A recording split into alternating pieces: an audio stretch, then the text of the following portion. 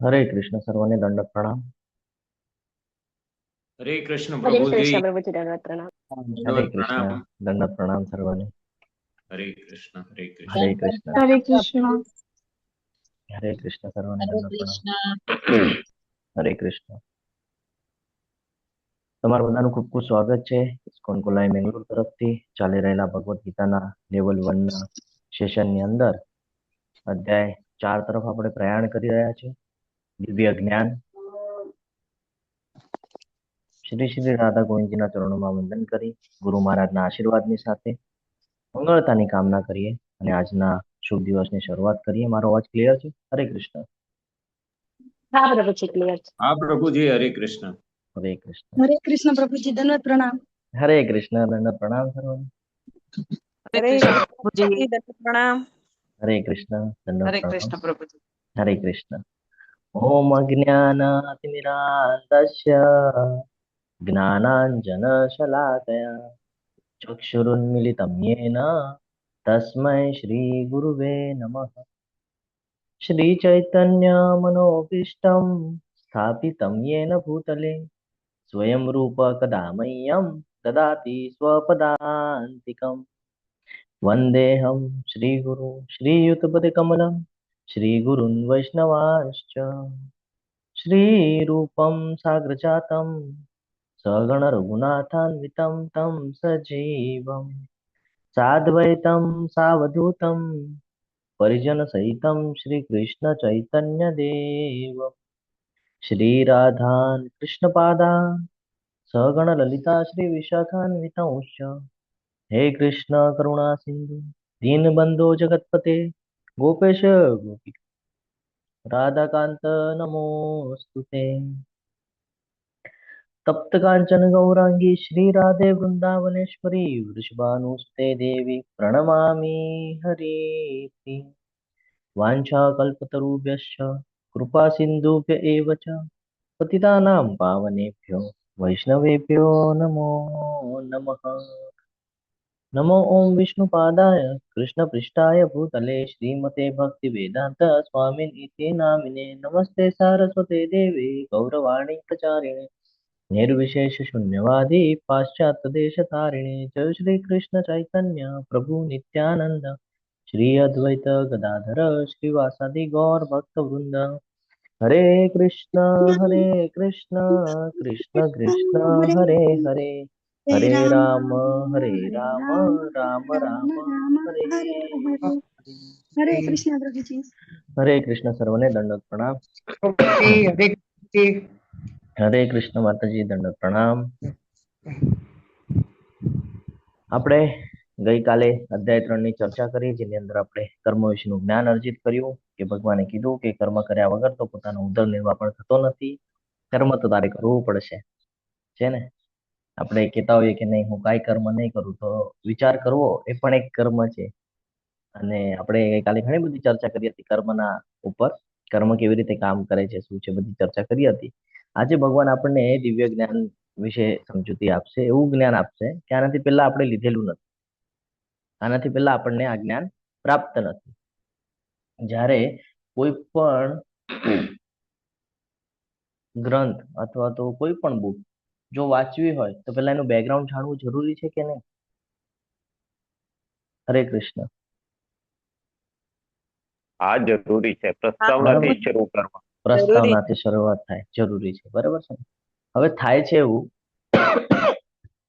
ભગવદ્ ગીતા તો ઘણી બધી છે. તમે ગૂગલ ઉપર સર્ચ કરો કે મારે ભગવદ્ ગીતા જોઈએ છે, તમને અસંખ્ય ઓપ્શન મળી જશે. ક્યાંક Bhagavad Gita as it is દેખાશે, ક્યાંક ભગવદ્ ગીતા બીજી દેખાશે, ઘણી બધી ભગવદ્ ગીતા. પણ આમાંથી આપણી માટે પરફેક્ટ કઈ છે એ કેવી રીતે ઓળખવાનું છે, એનું જ્ઞાન ભગવાન આજે આપણને આપશે. આપણે જો કોઈ પાસેથી જ્ઞાન લેતા હોય, કોઈ મનુષ્ય પાસેથી, તો એ મનુષ્ય આપણને જે જ્ઞાન આપે છે એ જ્ઞાન પરફેક્ટ જ છે કે નહીં? કારણ કે આપણને તો નથી ખબર ને, ત્યારે તો આપણે એની પાસેથી લઈએ છીએ. તો એ પરફેક્ટ છે કે નહીં એ જાણવું પણ જરૂરી છે.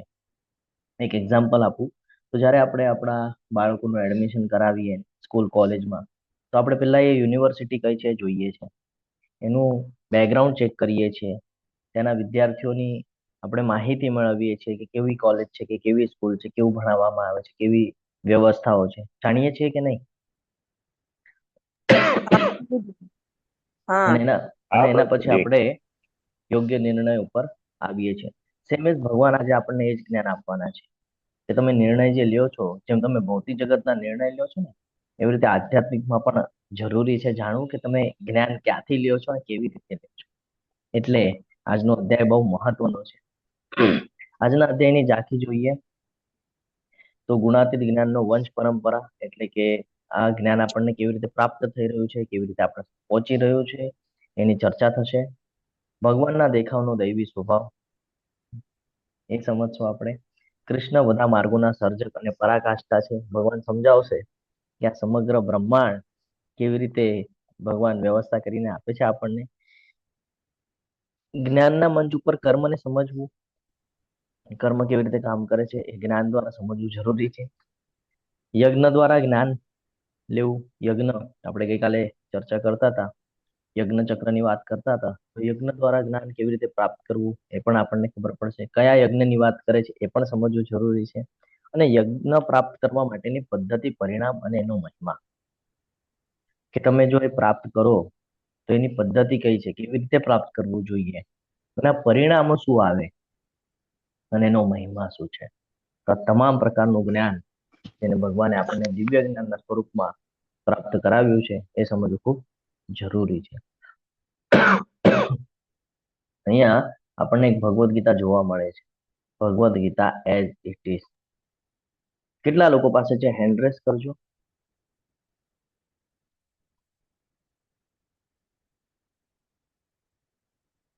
5 6 7 8 9, ઓકે, 10 11, ઓકે, 10 થી 11 12, હવે ધીરે ધીરે વધી રહ્યા છે. એટલે આપણે પ્રભુજી જોઈએ તો મારા પાસે છે.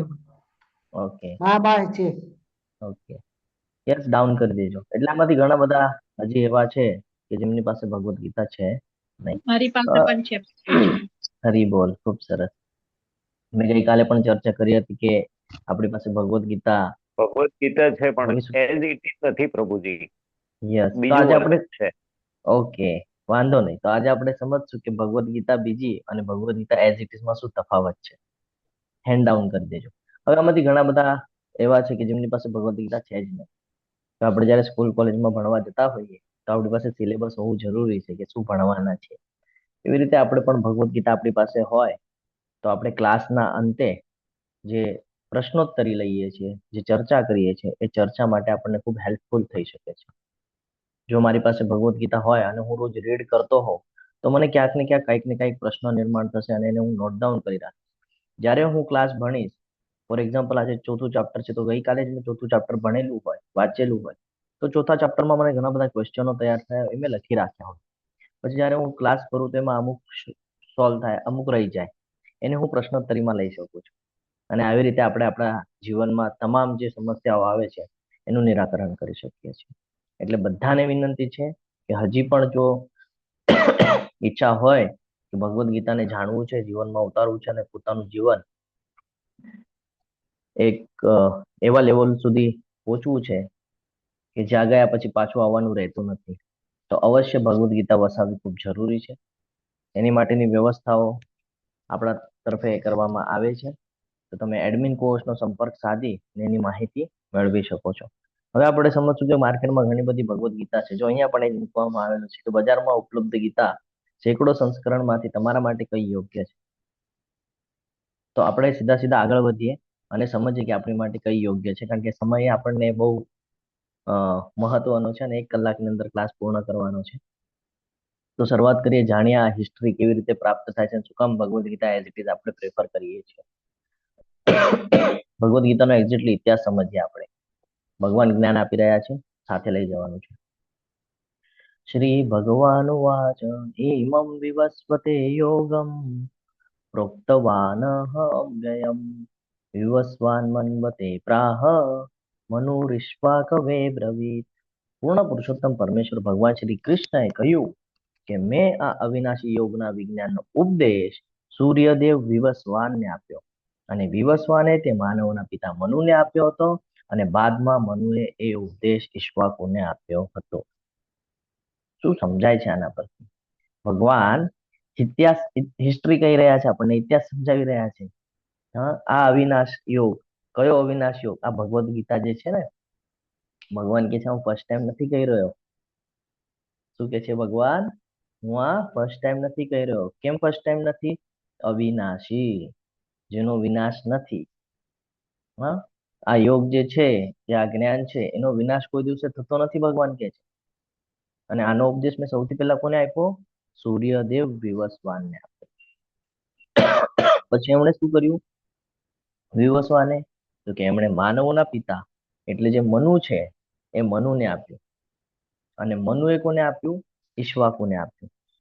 એટલે જોશું તો એક સ્ટ્રક્ચર આપણને યાદ આવે. આપણે ફળનું સ્ટ્રક્ચર લીધેલું હતું કે એક ઝાડ ઉપર બેઠેલો વ્યક્તિ છે, એ ત્યાંથી ફળ તોડે છે, એ નીચે ઉભે છે અને આપે છે, પછી એ ટોકરીમાં મૂકે છે. આવું કઈક જોયું હતું તમે?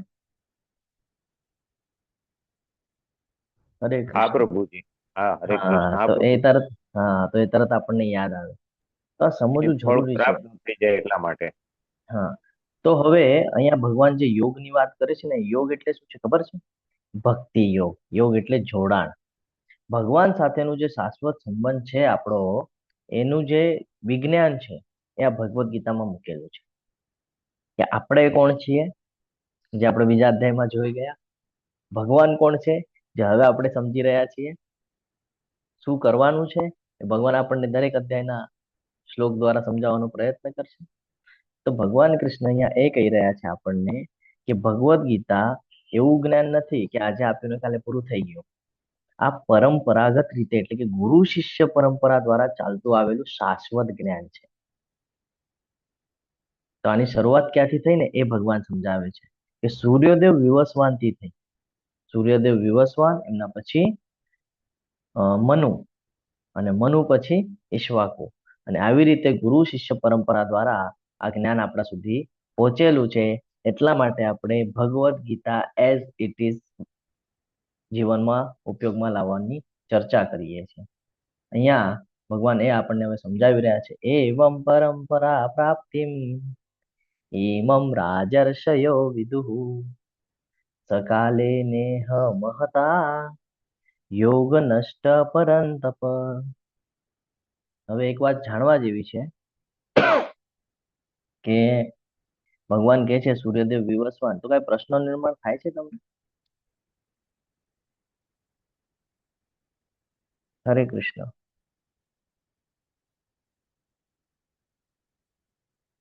કોઈને નથી થતો?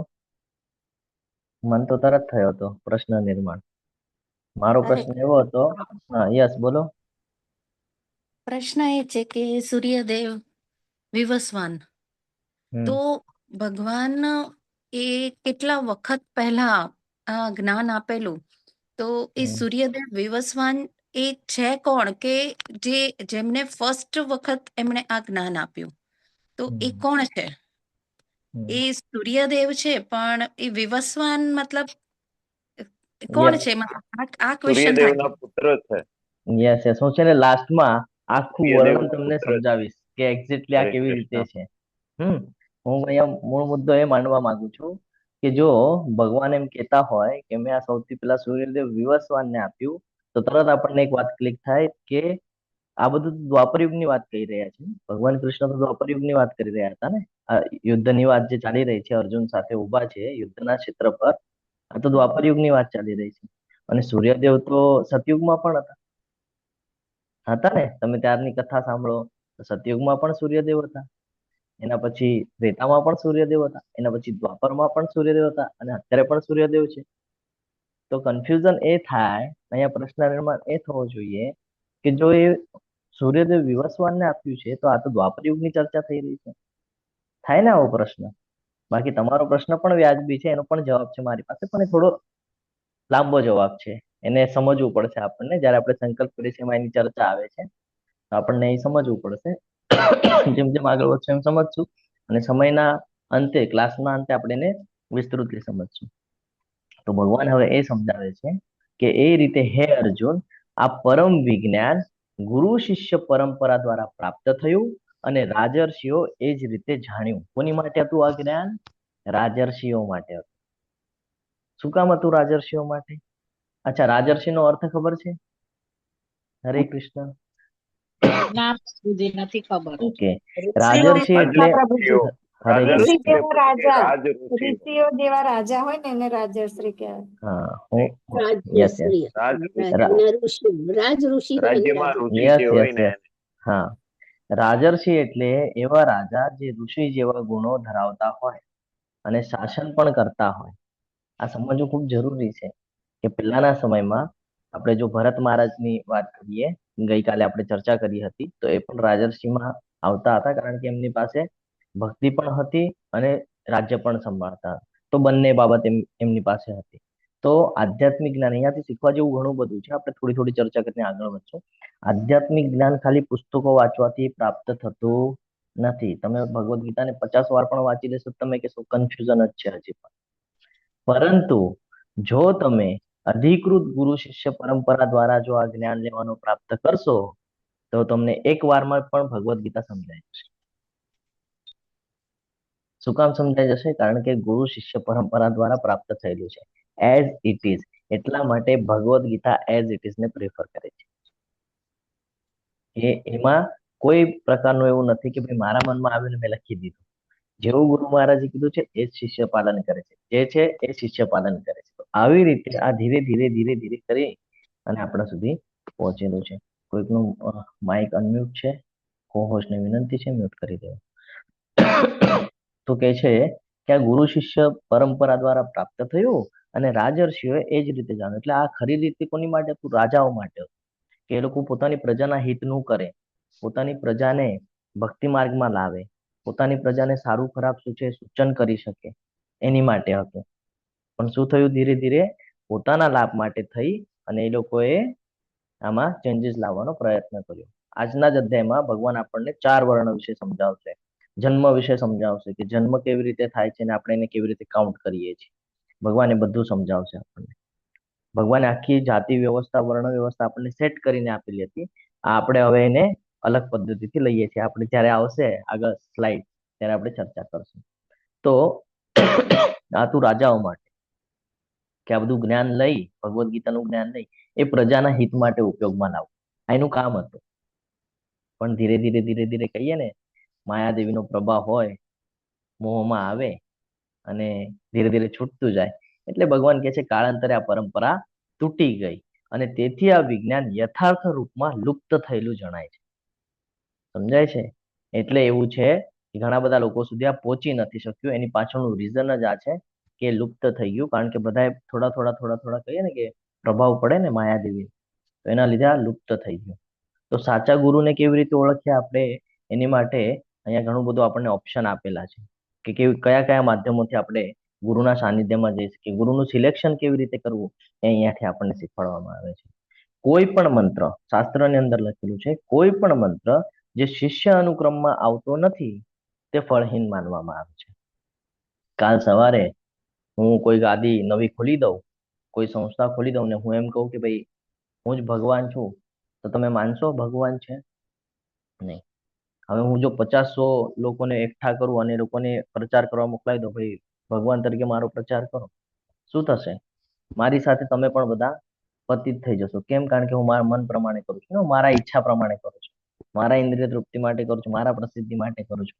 તો એ અહીંયા સમજાવે છે કે કોઈ પણ મંત્ર જે શિષ્ય અનુક્રમમાં આવતો નથી, જે શાસ્ત્રોને ફોલો કરતા નથી, એ ફળહીન માનવામાં આવે છે. તેથી 4 દૈવી વ્યક્તિઓ કાલીના એટલે કે કલિયુગની વાત કરે છે, કાલીના યુગમાં શિષ્યની શાળાઓમાં દેખાશે. આ 4 વૈષ્ણવ સંપ્રદાયના સ્થાપક લક્ષ્મી અથવા શ્રી બ્રહ્મ, રુદ્ર અને સનક ઋષિ છે. એટલે કે આ 4 સંપ્રદાયથી જે કાંઈ પણ જ્ઞાન આપણે લઈએ છીએ એ ઓથેન્ટિકેટ છે. એટલે કે ભગવાન દ્વારા, ગુરુ શિષ્ય પરંપરા દ્વારા આપણા સુધી પહોંચી રહ્યું છે, એમાં આપણે સમજવાનું છે. અને કલિયુગના આચાર્યો જેઓ તેમની રેખાઓનું પાલન કરે છે, તેઓ ઓરિસ્સાના પવિત્ર શહેર પુરુષોત્તમમાં દેખાશે. શાસ્ત્રમાં વર્ણન છે કે ભાઈ આ બધું જે કાંઈ પણ સ્ટ્રક્ચર હું આપી રહ્યો છું, આ જો તમને ઓથેન્ટિકેટ લેવું હોય, કારણ કે કલીનો પ્રભાવ વધશે એમ અધર્મ વધશે, તો અધર્મ વધશે તો એક કોઈ એક બાબત હોય માર્કેટમાં હું પસરાવી દઉં, કેટલી ફાસ્ટમાં પસરી જશે. હમણાં જ એક પ્રકરણ થયું હતું બહુ મોટું, તમને બધાને ખબર છે, હું એના ડીપમાં નથી જોતો, પણ સમજી જાઓ તમે. કેટલું જરાક મૂકવામાં આવ્યું, કેટલું મોટું થઈ ગયું, રબરની જેમ કેટલું બધું ખેંચાઈ ગયું. તો આ સમજવું જરૂરી છે, અને આવું થશે. આ તો સ્ટાર્ટિંગ છે, હજી તો કલયુગ, હજી તો ચરમસીમા ઉપર જશે, તો ધીરે ધીરે બધું વધશે હજી તો. તો કેવી રીતે બચવાનું? તો કે આ 4 જે પરંપરા છે ને, આ પરંપરાના માધ્યમથી તમે સમજી શકો છો. જો અહીંયા આપણે સમજીએ કે આપણે જ્યાંથી અત્યારે જ્ઞાન લઈ રહ્યા છીએ, પેલા એ પરંપરા સમજી લઈએ, બરાબર? જેને કહેવાય છે મધ્વ ગૌડ્ય વૈષ્ણવ સંપ્રદાય, બ્રહ્મ મધ્વ ગૌડ્ય વૈષ્ણવ સંપ્રદાય. કેવી રીતે નામ પડ્યું એ પણ સમજવું જરૂરી છે. સૌથી પહેલા ભગવાન કૃષ્ણએ સીધું બ્રહ્માજી, 4 સંપ્રદાયને આપ્યું, એમાંનો આ એક સંપ્રદાય છે. પેલા બ્રહ્માજીને આપ્યું, એટલે નામ પડ્યું બ્રહ્મ, બરાબર છે. પછી નારદજી, વેદવ્યાસજી, માધવાચાર્ય, એટલે એનું નામ પડ્યું માધવા, બ્રહ્મ માધવ્ય, બરાબર છે. તો આવી રીતે ગુરુ શિષ્ય પરંપરા દ્વારા, જો તમે અહીંયા બધા એના નામ વાંચી શકતા હશો, બધા એના નામ હમણાં લેતો નથી, કારણ કે સમયની આપણને મર્યાદા છે. તો આ ગુરુ શિષ્ય પરંપરા દ્વારા તમે જોશો તો અહીંયા 32મા નંબરે ભક્તિ વેદાંત સ્વામી શિલા પ્રભુપાદજીનું નામ જોવા મળે છે. ઇસ્કોનની સ્થાપના જેમણે કરી. તો આખું આવેલું સ્ટ્રક્ચર જે છે ને, આ જો અહીંયા બતાડે છે, ગુરુ શિષ્ય પરંપરા દ્વારા same as it is, as it is, as it is, as it is, as it is, અને ત્યાંથી પણ આવ્યું એઝ ઇટ ઇઝ. હવે આ શિલા પ્રભુપાદજીના જે શિષ્ય છે એ હિઝ હોલીનેસ જય પતાકા ગુરુ મહારાજ, જે આપણે જે યુનિવર્સિટીથી આપણે ભણી રહ્યા છીએ, માયાપુર, બરાબર છે. અને માયાપુરથી જો આપણે જોઈએ તો હિઝ હોલીનેસ જય પતાકા ગુરુ મહારાજના શિષ્ય હિઝ ગ્રેસ નામાનિષ્ઠા પ્રભુજી, ઇસ્કોન કુલાઈ મેંગલુર ટેમ્પલ પ્રેસિડેન્ટ, આપણે એમની પણ ચર્ચા કરી ગયા છે. અને એમના દ્વારા પછી અલગ અલગ લેંગ્વેજમાં આ ક્લાસીસ ચાલી રહ્યા છે. તો આ ગુરુ શિષ્ય પરંપરા દ્વારા આવી રહ્યું છે, એટલે આનું નામ પડ્યું બ્રહ્મ, બ્રહ્માજીથી બ્રહ્મ. પછી મધ્વ ગૌડ્ય, ગૌડ્ય શું કામ આવ્યું આપણે જોઈ ગયા, ચૈતન્ય મહાપ્રભુ એ ગૌર વર્ણના હતા, સુવર્ણ કાંતિ ધરાવતા હતા, ગોલ્ડન કલર, એટલે ગૌડ્ય. અને વૈષ્ણવ, તો આ 4 સંપ્રદાયને વૈષ્ણવ સંપ્રદાય કહેવાય છે. તો એટલે કે નામ પડ્યું બ્રહ્મ મધ્વ ગૌડ્ય વૈષ્ણવ સંપ્રદાય, જેને આપણે ઇસ્કોન જોઈએ છે, ઇસ્કોન તરીકે સમજીએ છીએ.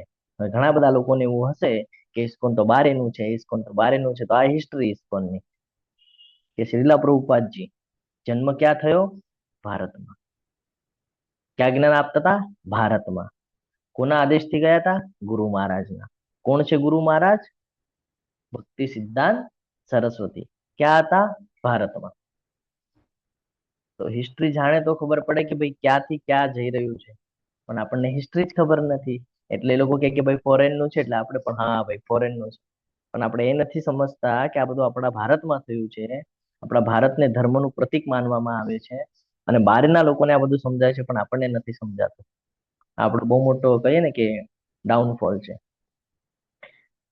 અહીંયા 6 ગોસ્વામીઓની આપણને છબી દેખાઈ રહી છે. આ વૃંદાવનના ષડ ગોસ્વામી છે, 6 ગોસ્વામી છે, જેના લીધે આપણે ભગવાનને સમજવાનો જે પ્રયત્ન છે એ કરી શકીએ છીએ, ભગવાનની ભક્તિમાં લાગી શકીએ છીએ, ને એના અનુભવ લઈ શકીએ છીએ. આમાંથી ઘણા બધા લોકો વૃંદાવન ગયા છે. કેટલા લોકો વૃંદાવન જઈને આવેલા છે? હરે કૃષ્ણ. પણ ગઈ છું વૃંદાવન. તો ત્યાં તમે ક્યાંક ને ક્યાંક આમના વિશેની માહિતી મેળવી હશે, ક્યાંક ને ક્યાંક તમે સાંભળ્યું હશે. શ્રી રૂપ ગોસ્વામી, સનાતન ગોસ્વામી, જીવ ગોસ્વામી, ગોપાલ ભટ્ટ ગોસ્વામી, રઘુનાથ ભટ્ટ ગોસ્વામી અને રઘુનાથ દાસ ગોસ્વામી. આ 6 ગોસ્વામી છે. રૂપ ગોસ્વામી, એમનો જન્મ ક્યાં થયો હતો? હું તમને એટલા માટે આ ડિટેલ્સ આપું છું કે તમને કાલ સવારે કોઈ એમ કે ભાઈ ફોરેન નું છે, તો તમે એને કહી શકો કે ફોરેન નું કાંઈ નથી, બધું ભારતનું જ છે. તો રૂપ ગોસ્વામીનો જન્મ થયો હતો 1499માં કર્ણાટકમાં, બ્રાહ્મણ કુળના અંદર. શાસ્ત્રમાં વર્ણન છે. પછી એમણે ત્યાંથી ક્યાં ગયા? તો કે બંગાળમાં, ત્યાં એમણે નિવાસ કર્યો. એટલે અત્યારે જ્યાં માયાપુર ને બધું દેખાય છે ને ત્યાં. અને પછી ત્યાં એમણે ચૈતન્ય મહાપ્રભુ સાથે એમની મુલાકાત થઈ. રામકેલીમાં ફર્સ્ટ ટાઈમ એમની મુલાકાત થઈ હતી. જો ઘણા બધા લોકો વૃંદાવન ગયા છે તો ત્યાં એમણે સાંભળ્યું હશે. પછી ત્યાં બેસીને એ લોકોએ પ્રયાગમાં 10-15 દિવસ સુધી ભક્તિ રસનું જ્ઞાન ની ચર્ચા કરી. અને પછી ત્યાંથી શરૂઆત થઈ ભક્તિ રસની વૈજ્ઞાનિક વર્ણન કરવાની અને સાધના ભક્તિ, પ્રેમ ભક્તિ એના વિશેની માહિતી એ આપણા સુધી પહોંચે એના માટે થઈને એમણે ગ્રંથો લખ્યા, જેનું નામ છે ભક્તિ રસામૃત સિંધુ. જે આપણા લેવલ 3 માં આપણે શીખીએ છીએ કે ભક્તિ છે શું, નવદા ભક્તિ કોને કહેવાય, કેવી રીતે ભક્તિમાં આગળ આવવાનું છે, આ બધું એમના ડિટેલ્સમાં સમજાવ્યું છે.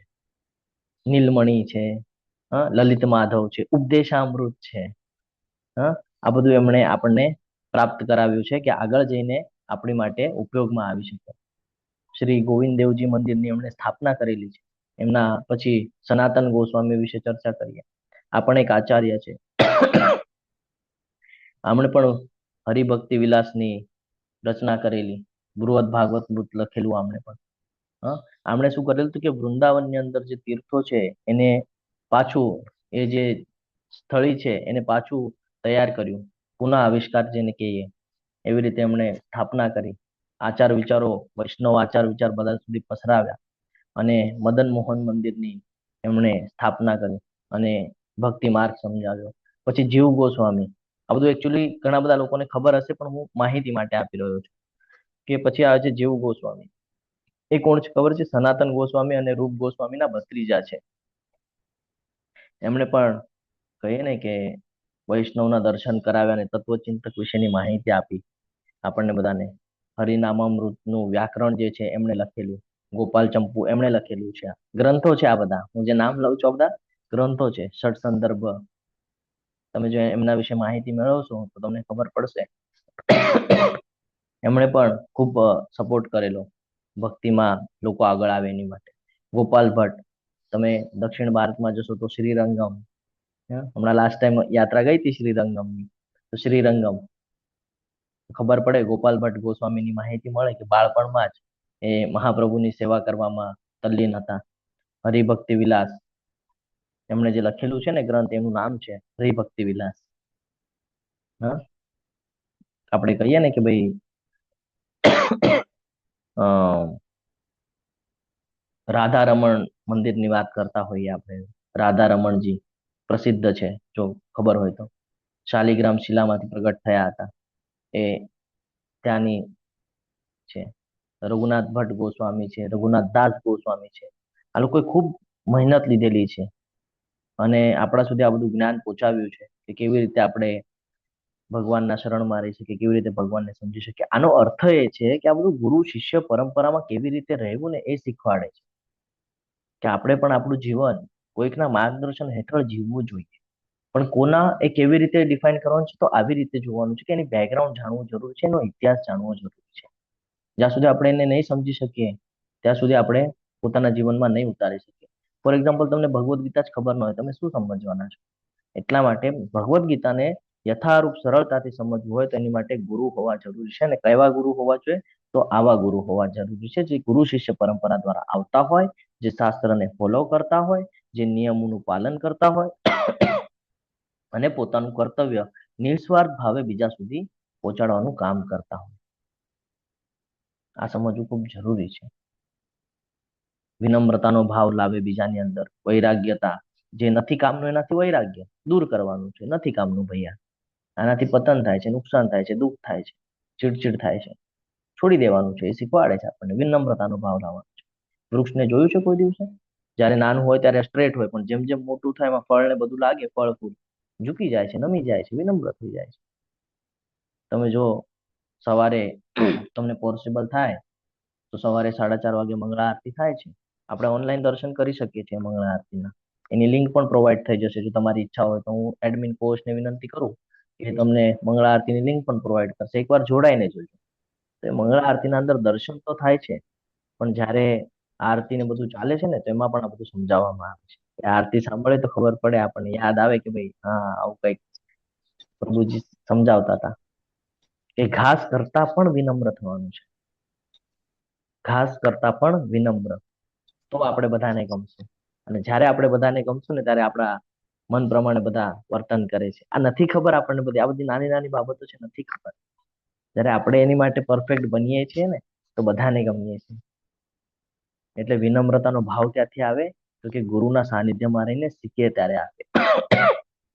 એટલે હવે અહીંયા કે છે કે કોણ આ સમજી શકે છે બધું, કોણ ભક્ત બની શકે છે, કોણ આ બધું જ્ઞાન લઈ શકે છે, કોણ ભગવદ્ ગીતાને સમજી શકે છે, એની લાયકાત શું છે. તો હવે અહીંયા સમજાવે છે કે સ એવાય મયા તે દિયોક્ત પુક્ત પુરાતન ભક્તો અસીમે સખા ચેતી રહસ્યમ વેદી ઉત્તમમ. તે જ આ પ્રાચીન યોગ પરમેશ્વર સાથેના સંબંધનું વિજ્ઞાન આજે હું તને કહી રહ્યો છું. કેમ? કારણ કે તું મારો ભક્ત તથા મિત્ર છે અને તેથી આ વિજ્ઞાનના દિવ્ય રહસ્યને સમજી શકે છે. કેમ ભગવાને એમ કીધું કે ભાઈ ભક્ત અને મિત્ર બંને છે? કેમ ખાલી ભક્તો હોત તો ન ચાલત? હરે કૃષ્ણ.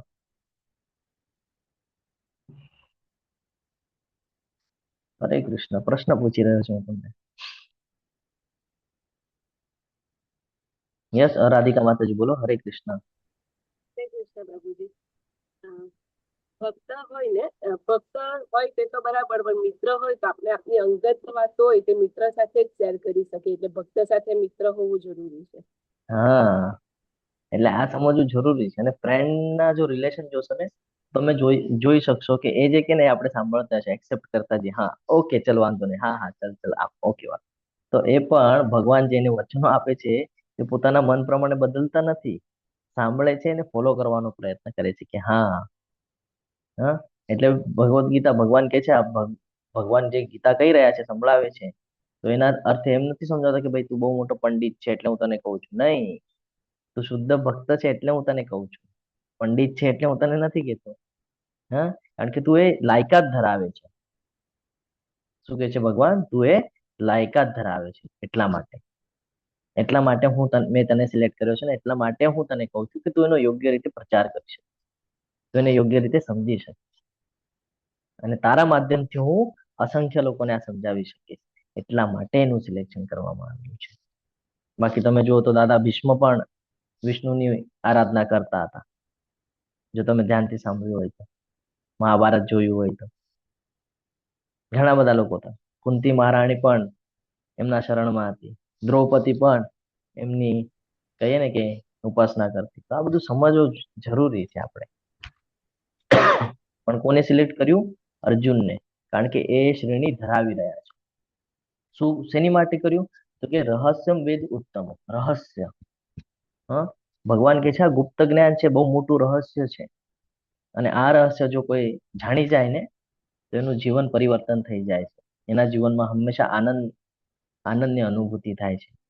એટલે અહીંયા આપણે જોઈએ તો ભગવાન એ સમજાવે છે કે ભગવાનને સમજવું એ કોઈ તર્ક વિતર્કથી નથી જાણી શકાતું. હું તમારી સાથે કેટલી પણ ચર્ચા કરી લઉં અને હું તમને કેટલું પણ કહું કે ભાઈ ભગવદ્ ગીતામાં લખ્યું, તમે કહેશો પ્રભુજી આ તો તમે કીધું શાસ્ત્રમાં. શાસ્ત્ર સાચા છે અમે કેમ કહીએ? શું ગેરંટી શાસ્ત્ર સાચા છે ને? ઘણા બધાને થાય એવું હોય, કોઈ એવી રીતે પ્રશ્ન કરે કે તમે આ બધું કહો છો, ચલો ભગવદ્ ગીતા એક્સેપ્ટેડ છે, ચલો તમે કહો છો, એ ગેરંટી આપો એ બધું સાચું છે. એટલા માટે ગુરુ શિષ્ય પરંપરા ભગવાને સમજાવી આપણને કે એઝ ઇટ ઇઝ, ઉપરથી જેવું આવ્યું છે એવું જ ત્યાં આપ્યું છે, યથારૂપ. એટલે આપણે એને ફોલો કરી શકીએ છીએ. તો ભગવાનને તર્કથી કોઈ દિવસે નહીં જાણી શકાય. ભગવાનને જાણવું હશે ને તો એની માટે ભક્તિની જરૂર પડે છે. ઓલું કે છે ને 18.55 ની અંદર આવશે, ભક્ત્યામ આમ અભિજાનાતિ. ખબર છે? એવો એક શ્લોક છે એમાં કે મને યથાર્થ રીતે ખાલી અનન્ય ભક્તિ દ્વારા જ જાણી શકાય છે.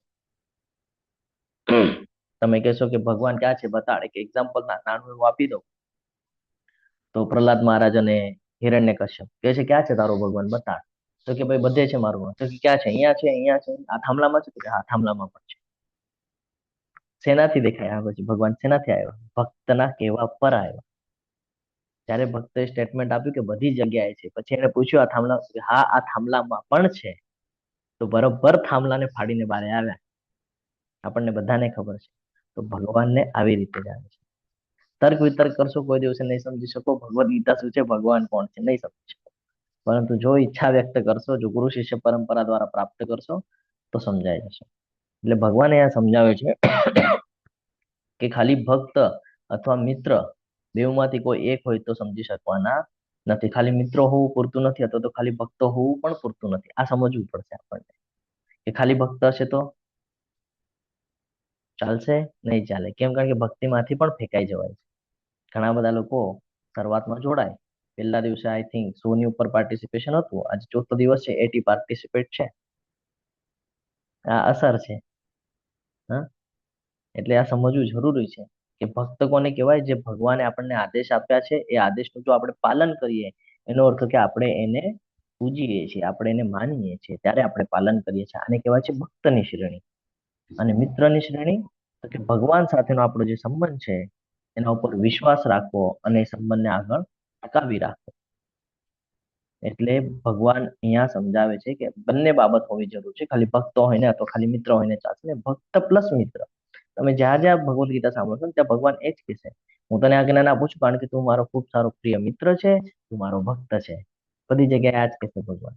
એટલે ભગવાન આ સમજાવે છે કે ભગવાનનું જો જ્ઞાન લેવું હોય તો એની માટે વિનમ્રતા અને ભક્તિ બંને જરૂરી છે. અને બીજું કેવી રીતે? તો કે ગુરુ શિષ્ય પરંપરા દ્વારા તમે આ જ્ઞાન પ્રાપ્ત કરી શકો છો. આશા રાખું છું કે તમને સમજાતું હશે. હવે અર્જુનને પ્રશ્ન થાય છે, જે આપણને પ્રશ્ન થાય ને એવો અર્જુનને પ્રશ્ન થાય છે. અર્જુન કહે છે કે સૂર્યદેવ વિવસ્વાન તમારા જન્મથી જ્યેષ્ઠ છે. જ્યેષ્ઠ એટલે કે મોટા છે, બરોબર? તમે તો દ્વાપર યુગમાં, આપણે બંને સમકાલીન છે કે છે. તમે પણ દ્વાપરમાં છો, હું પણ દ્વાપરમાં છું. તો હું કેવી રીતે સમજી શકું કે શરૂઆતમાં તમે આ વિજ્ઞાનની આ જે કાંઈ જ્ઞાન તમે મને અત્યારે આપી રહ્યા છો, આ જ્ઞાન તમે પેલા વિવસ્વાન સૂર્યદેવને આપ્યું? હું કેવી રીતે માન? આપણે તો સમકાલીન છીએ, એક જ સમયે તમારો પણ ને મારો જન્મ થયો છે. હવે જયારે આ પ્રશ્ન થાય ને તો આપણને બીજા અધ્યાયમાં જવાની ઈચ્છા થાય. કેમ? બીજા અધ્યાયમાં ભગવાને કાંઈક કીધેલું ખબર છે? એવું નથી કે તું ન રહ્યો હોય કે હું ન રહ્યો હોય કે આ બધા રાજાઓ નહીં રહ્યા, અને એવું પણ નથી કે ભવિષ્યમાં આ બધા નહીં હોય. આનો અર્થ શું છે? ભગવાનને ભૂતકાળ, વર્તમાન કાળ, ભવિષ્યકાળ બધું ખબર છે, આપણે નથી જાણતા, છે ને? તો અહીંયા અર્જુનજી ખૂબ સરસ રીતે અહીંયા પ્રશ્ન કરે છે કે હું કેવી રીતે માનું? હા, શંકા એટલે શંકાના હિસાબથી પ્રશ્ન નથી. આ પ્રશ્ન એટલા માટે પૂછે છે કે ભવિષ્યમાં જે મનુષ્ય છે, જે કોઈ ઈચ્છા ધરાવશે કે મારે જાણવું છે, તો એ લોકોના હિત માટે મારે આ પૂછવું જરૂરી છે. હવે હું આ પૂછીશ, અર્જુનના માઇન્ડમાં એવું છે કે હવે હું આ પૂછીશ તો ભગવાન મને જે ડીપમાં દેશે નોલેજ, અને એ જ નોલેજ આગળના પેઢી માટે ઉપયોગી થશે. એટલે સમજવું ખૂબ જરૂરી છે. અહીંયા બીજી બાબત પાછી જોવા મળે છે. અત્યારે જો આપણે જોઈએ તો બીજા અધ્યાયમાં અર્જુનજીએ ભગવાનને શું કીધેલું હતું? હવે હું તમારો શિષ્ય છું અને તમે મારા ગુરુ છો. રિલેશન બનાવ્યું હતું ગુરુ શિષ્યનું. એ જ બેસ પર હવે અહીંયા પ્રશ્ન પૂછે છે શિષ્ય તરીકે કે તમે મને કહો ને. હા, તો ગુરુ શિષ્ય પરંપરા ફરીથી અહીંયા આપણને નજરે ચડે છે કે ગુરુ શિષ્ય પરંપરા બતાડી રહ્યા છે કે ક્યારે પણ કોઈ પણ સમસ્યા હોય તો કોઈની પાસે જવા કરતા યોગ્ય ગુરુના સાનિધ્યમાં જઈને જો પ્રશ્ન કરશો તો તમને એનો યોગ્ય જવાબ મળશે. એટલે આ સમજવું ખૂબ જરૂરી છે. હા, કે જ્યારે હવે આ પ્રશ્ન કરશે તો હવે ભગવાન કાઉન્ટ કરીને બતાડશે કે કેવી રીતે હું સમકાલીન છું, પણ મેં આ જ્ઞાન પેલા સૂર્યદેવ વિવસ્વાનને આપ્યું છે. તમને પણ પ્રશ્ન થાય કે ભગવદ્ ગીતા કેટલા વર્ષ પહેલા આવી હશે, ક્યારે બોલવામાં આવી હશે ફર્સ્ટ ટાઈમ? જેમ હમણાં માતાજીએ પ્રશ્ન કર્યો હતો, તેનો જવાબ એક કેલ્ક્યુલેશન દ્વારા સમજવો ખૂબ જરૂરી છે આપણને. તમે બધા 4 યુગનું નામ તો સાંભળ્યું હશે, સાંભળ્યું છે ને? કલયુગ, દ્વાપર યુગ, ત્રેતા યુગ અને સતયુગ. આપણે એને 2 મિનિટમાં સમજીને આગળ વધશું અને વિસ્તૃતમાં આપણે ક્લાસના અંતે સમજશું. ડાઉટ થશે તમને તો આપણે અંતે સમજશું. કલયુગ છે 4,32,000 વર્ષનો, બરાબર છે? આ એની આયુ છે કલયુગની. જે અત્યારે ચાલી રહ્યું છે ને એ પ્રથમ તબક્કો ચાલી રહ્યો છે. 5,127 વર્ષ થયા છે, બરાબર છે? કેવી રીતે કાઉન્ટ આવ્યું ને એ હું તમારી સાથે શેર કરું છું. બીજું છે કલયુગના ડબલ કરે એટલે દ્વાપર યુગ થાય, બરાબર છે? હવે એક કલયુગ અને એક દ્વાપર યુગ મળીને એક સંધ્યા થાય. એક કલયુગ અને એક દ્વાપર યુગ મળીને એક સંધ્યા થાય. 4 યુગ મળીને એક દિવ્ય યુગ તૈયાર થાય. કેટલા દિવ્ય યુગ તૈયાર થાય? એક દિવ્ય યુગ તૈયાર થાય, જેને કહેવાય 4.32 મિલિયન યર્સ. એટલે આ જે કાઉન્ટ છે, આ કાઉન્ટને જો આપણે જોઈએ તો બ્રહ્માજીનો એક દિવસ કેવી રીતે આવે છે ને એ હવે આપણે ચર્ચા કરીએ. મન્વંતર ટોટલ 21 દિવ્ય યુગ તૈયાર થયા ત્યારે એક મન્વંતર તૈયાર થયું. એટલે આનું કાઉન્ટ જ્યારે કરીએ, આ જેટલા પણ યુગો છે આ બધાને જ્યારે પ્લસ પ્લસ કરીએ તો એનો જવાબ મન્વંતરમાં આવે, જેને આપણે મન્વંતર તરીકે કહે છે. હવે આ મન્વંતર ક્યાંથી આવ્યું ને પણ હું તમારી સાથે શેર કરું છું. અને આ સંધ્યા એટલે કે કલયુગ અને દ્વાપર યુગનું કાઉન્ટ એટલે સંધ્યા. તો અહીંયા સંધ્યા દેખાય છે, આ સંધ્યા છે બેઉ સાઈડ, બરોબર છે? અને આ મન્વંતર. હવે આનું જ્યારે કાઉન્ટ કરીએ ને તો અહીંયા કલ્પ આવે. શું આવે? કલ્પ. કલ્પનું કાઉન્ટ કેવી રીતે છે? તો કે ભાઈ 14 મન્વંતર પ્લસ 15 સંધ્યા એટલે 14 વાર આ આખું કાઉન્ટિંગ એટલે મન્વંતર, બરાબર છે, 14 મન્વંતર, અને આ સંધ્યાનું કાઉન્ટિંગ કરીને જે તૈયાર થાય એ 15 સંધ્યા એવી, એટલે 15 વાર દ્વાપર અને કલયુગ પૂરું થાય અને 14 વાર આખું સ્ટ્રક્ચર ચારે યુગ કમ્પ્લીટ થાય એટલે એક કલ્પ થાય. શું થાય? એક કલ્પ થાય. તો આવી રીતે આ બ્રહ્માજીનું કાઉન્ટિંગ આવે છે. તો અહીંયા આપણે એને ફરીથી સમજીએ. તો બ્રહ્માજીનું જે જીવન છે એ લગભગ 100 વર્ષનું છે. કેટલા વર્ષનું છે બ્રહ્માજીનું જીવન? 100 વર્ષનું. હવે તમે કહેશો કે 100 વર્ષને કેવી રીતે સમજવાનું હોય? કેટલા લોકોને પ્રશ્ન છે કે 100 વર્ષને કેવી રીતે સમજવાનું? હરે કૃષ્ણ. હા, ઓકે. હવે ધ્યાનથી સાંભળજો. જેમની ઈચ્છા છે ને એ ધ્યાનથી સાંભળજો કેવી રીતે કાઉન્ટ થાય છે. અલગ અલગ લોક છે. આપણે બ્રહ્માજીને શું કામ કાઉન્ટ કર્યું? કારણ કે સૃષ્ટિનું નિર્માણ બ્રહ્માજીના માધ્યમથી કરાવ્યું છે ભગવાન. એટલે આપણે બ્રહ્માજીનું કાઉન્ટ કરીએ છીએ. બરાબર છે. એક મહાયુગ આપણે શું જોઈ ગયા? કેટલાનો છે એક મહાયુગ? 4.32 બિલિયન યર્સ. આનો એક મહાયુગ તૈયાર થાય છે. બરાબર છે. એટલે 43.2 લાખ વર્ષ જેને આપણે કહીએ છીએ. આ એક મહાયુગ તૈયાર થાય. એટલે કે 1000 મહાયુગ બરાબર બ્રહ્માજીનો એક દિવસ. કેટલા મહાયુગ? 1000 મહાયુગ બરાબર બ્રહ્માજીનો એક દિવસ. હવે જ્યારે 4.32 મિલિયન ને આપણે 1000 સાથે ગુણીએ તો 4,32 અબજ જેટલું કાઉન્ટ આવે છે, જે અહીંયા આપણને બતાડ્યું છે. બરાબર છે. એને જો આપણે કાઉન્ટ કરીએ તો આપણને ખબર પડે કે બ્રહ્માજીનો એક દિવસ એટલે 12 કલાક અને બીજા 12 કલાક એટલે 24 કલાકનો એક દિવસ એમનો કાઉન્ટ થાય છે. તો 8.64 બિલિયન વર્ષ જેવું કાઉન્ટિંગ નીકળી આવે છે. હવે હું તમને ફરીથી થોડુંક અંદર લઈ આવું. તો એક વર્ષ એટલે બ્રહ્માજીના 360 દિવસ અને રાત્ર. આપણને 365 છે ને, બ્રહ્માજીને 360 છે. બરાબર છે. બ્રહ્માજીનું આખું આયુષ્ય જે છે એ 100 વર્ષનું છે. જો અહીંયા કાઉન્ટ આપેલા છે બધા. ચિંતા નહીં કરતા, ક્લાસના અંતે હું ફરીથી આ બધું તમને સમજાવીશ. 100 વર્ષનું જીવન છે એમનું. તો બ્રહ્માજીનું અત્યાર સુધીનું આયુષ્ય થયું છે 311 ટ્રિલિયન માનવ વર્ષ. એટલે આપણા 311 ટ્રિલિયન માનવ વર્ષ. હવે વિચાર કરો, અહીંયા તમે કહો પ્રભુજી 100 વર્ષમાં અહીંયા ગોટાળે ચડી જઈએ છીએ. બ્રહ્માજીનું ક્યાં સમજવા જઈએ? થાય છે કે નહીં? હા, તો આ સમજવું ખૂબ જરૂરી છે. કન્ફ્યુઝન થાય તો ચિંતા કરતા નહીં, હું તમને બધું વ્યવસ્થિત રીતે ફરીથી સમજાવીશ. કોઈ જ ચિંતા કરતા નહીં. મોટું તમને સમજાવી દઉં તો બ્રહ્માજી જે છે એમનું જીવન છે લગભગ 100 વર્ષનું. સતયુગ, ત્રેતાયુગ, દ્વાપરયુગ અને કલયુગ, આ 4 યુગ મળીને એક મહાયુગ તૈયાર થાય છે. ફરીથી સમજાવું છું, આ 4 યુગ મળીને એક મહાયુગ તૈયાર થાય છે.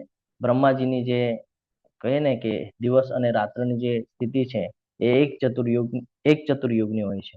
અને એક ચતુર્યુગ એટલે કલ્પ કહેવાય. સોરી, 1000 ચતુર્યુગ એટલે એક કલ્પ કહેવાય.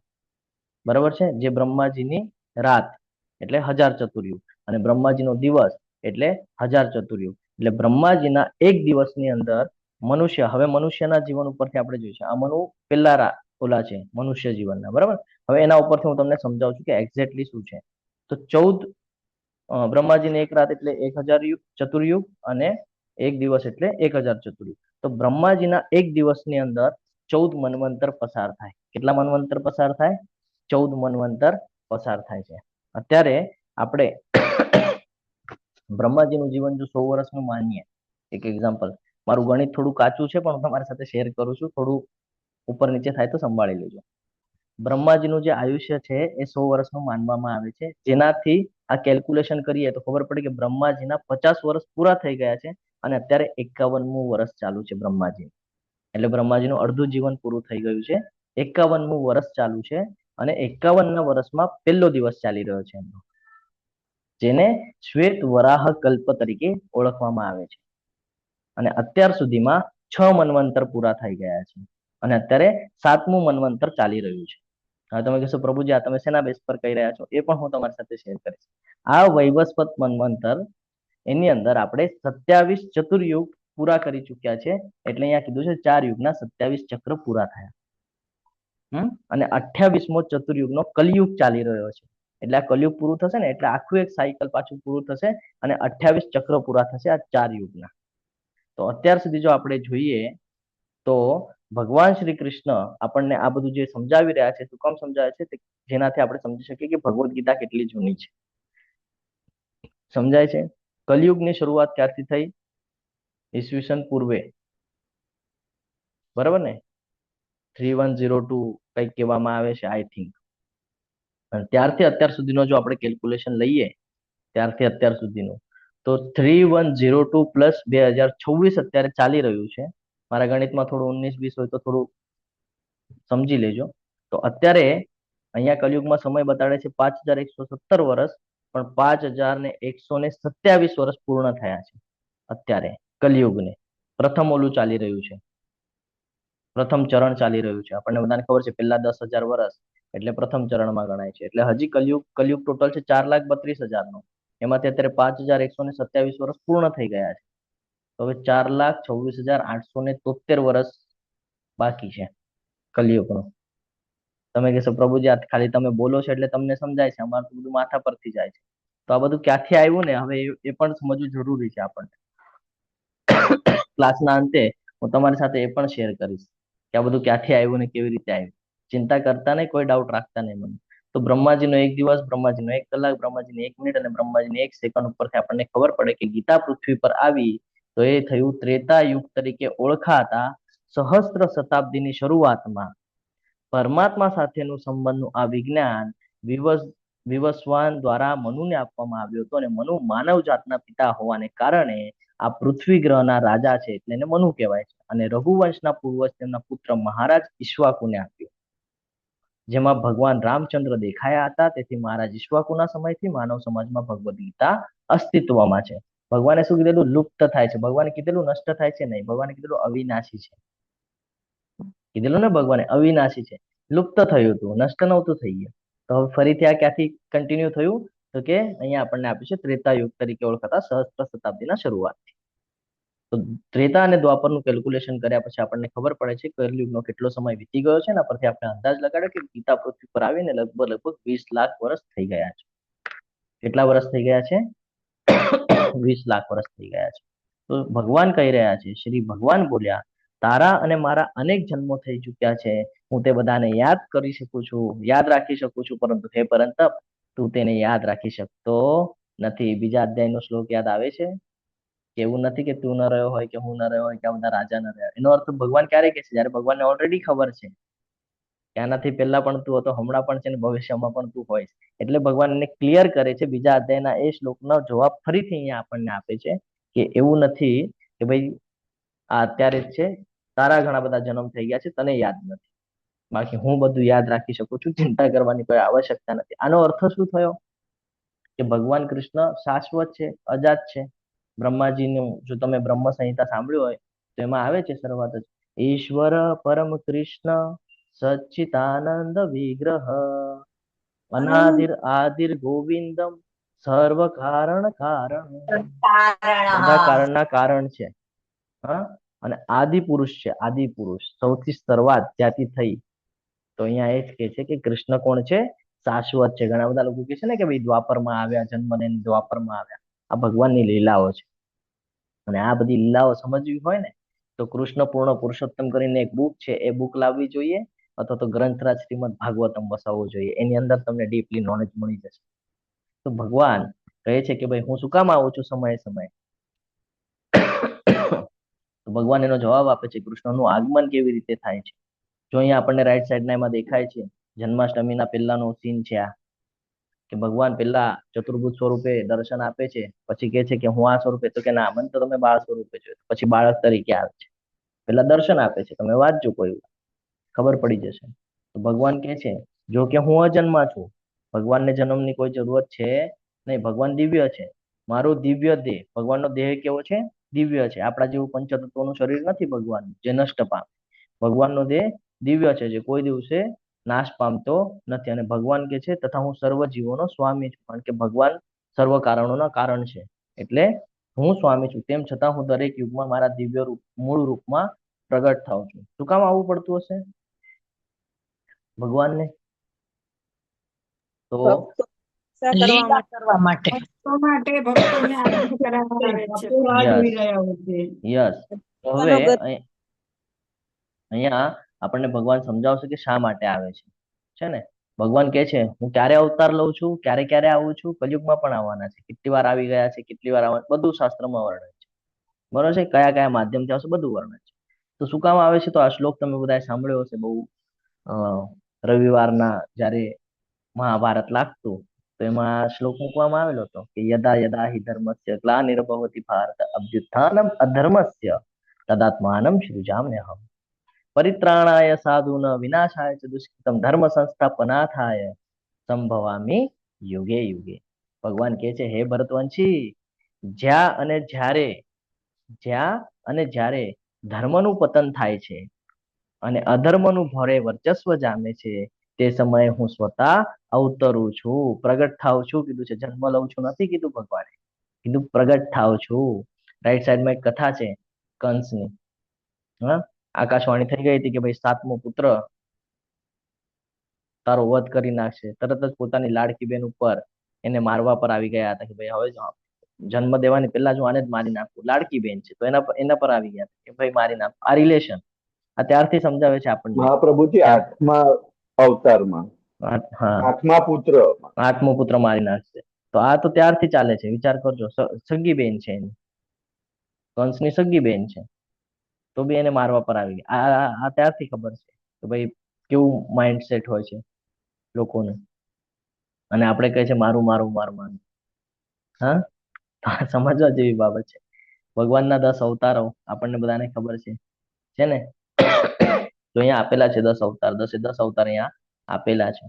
હવે આવશે કલ્કી, એક ઘોડો આવશે સરસ મજાનો, દેવદત્ત નામનો એક ઘોડો આવશે અને દેવદત્ત નામના ઘોડા ઉપર કલ્કી તરીકે ભગવાન અવતાર લઈને પ્રગટ થશે અને કલયુગનો સમાપ્ત કરશે અને શરૂઆત થશે સતયુગની ફરીથી.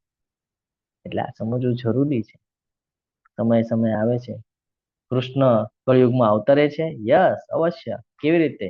આપણે ગઈકાલે જ ચર્ચા કરી ગયા. ચૈતન્ય મહાપ્રભુ આજથી લગભગ 500-550 વર્ષ પહેલા રાધા રાણીનો ભાવ લઈને લીલા કરવા આવ્યા હતા. શું કામ? ભક્તોનો ઉદ્ધાર કરવા માટે, ધર્મની સ્થાપના કરવા માટે છે ને. અને લીલા કરી ને આપણને બધાને જ્ઞાન આપીને ગયા કે કલયુગના અંદર જો જીવનને સરળ, સાદું અને આનંદમય બનાવવું હોય તો એની માટે ભક્તિમય સેવા એક માર્ગ છે. અને સંકીર્તનના માધ્યમથી આપણને એ જ્ઞાન આપીને ગયા. તો ત્યારે આવે છે પરિત્રાણાય સાધુન વિનાશાય ચ દુષ્કૃતમ ધર્મ સંસ્થાપનાર્થાય સંભવામી યુગે યુગે. ભગવાન કહે છે હું દરેક યુગમાં આવું છું. શું કામ આવું છું? ભક્તોનો ઉદ્ધાર કરવા માટે. ભક્તોની સાથે રહી લીલાઓ કરું છું અને એનો ઉદ્ધાર કરું છું. અને દુષ્ટોનો, જે અધર્મી છે ને, એ અધર્મીનો હું નાશ કરું છું.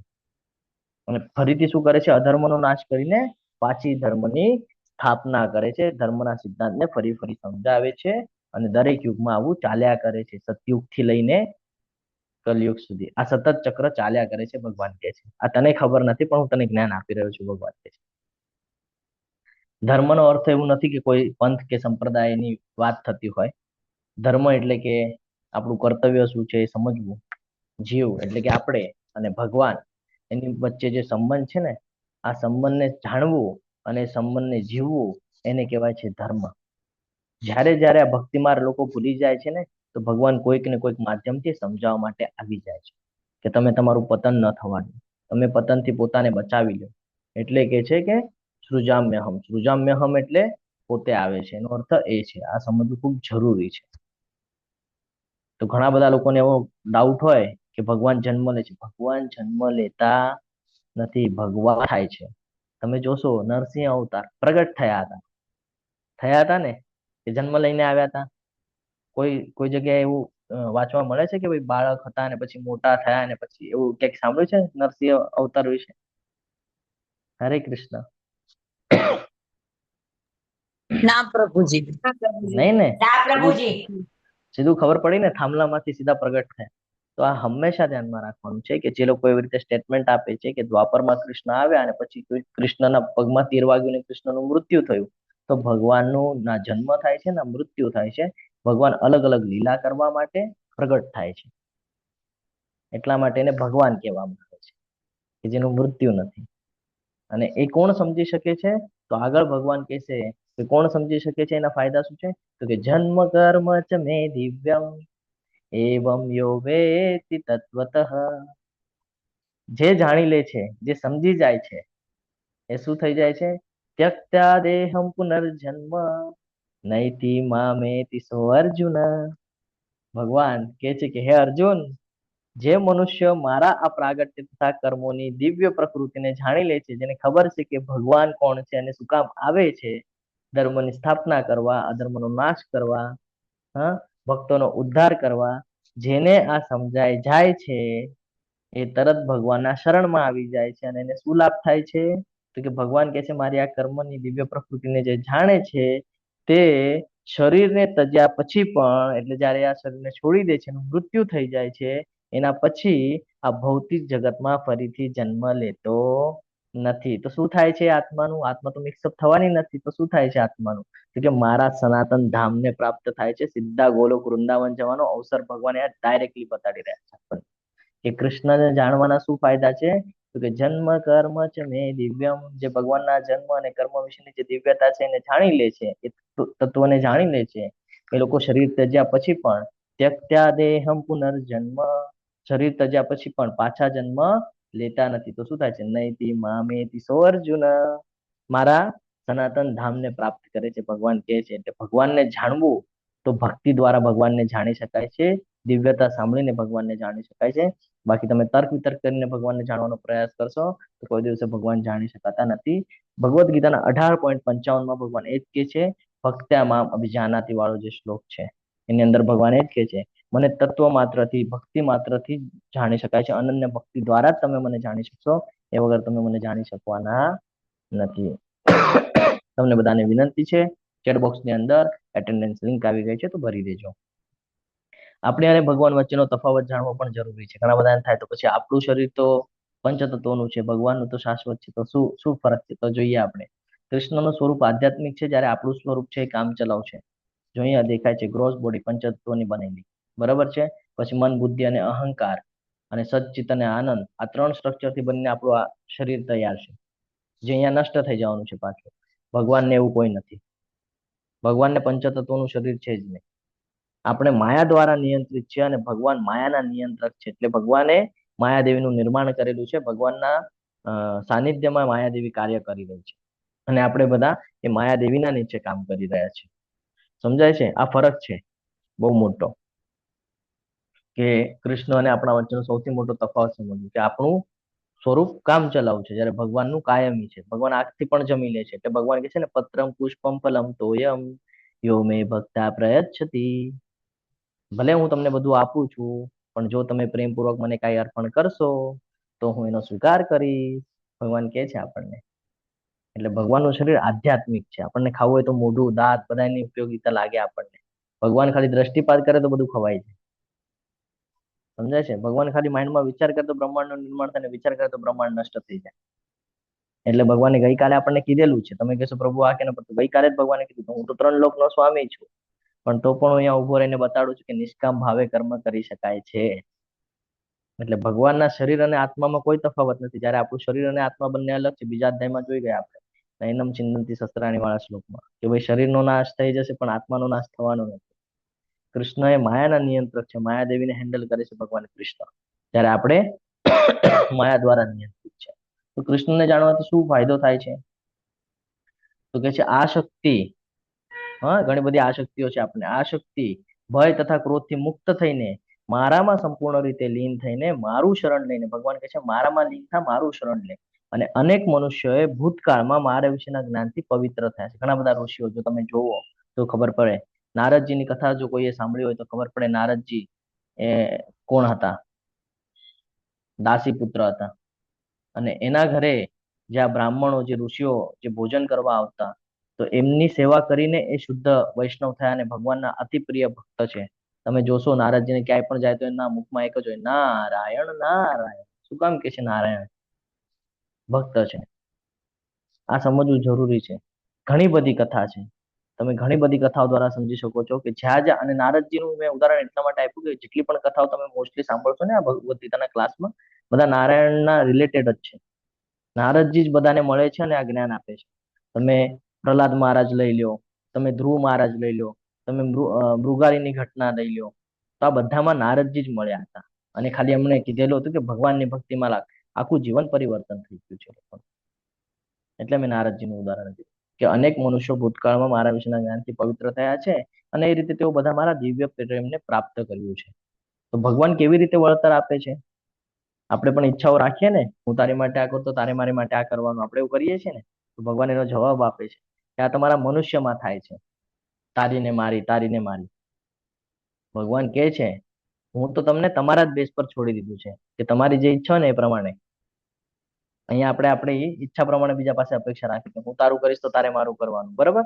ભગવાન શું કહે છે સાંભળજો. શું કામ ભગવાનના શરણમાં રહેવું એ હવે અહીંયાથી આપણને સમજાશે.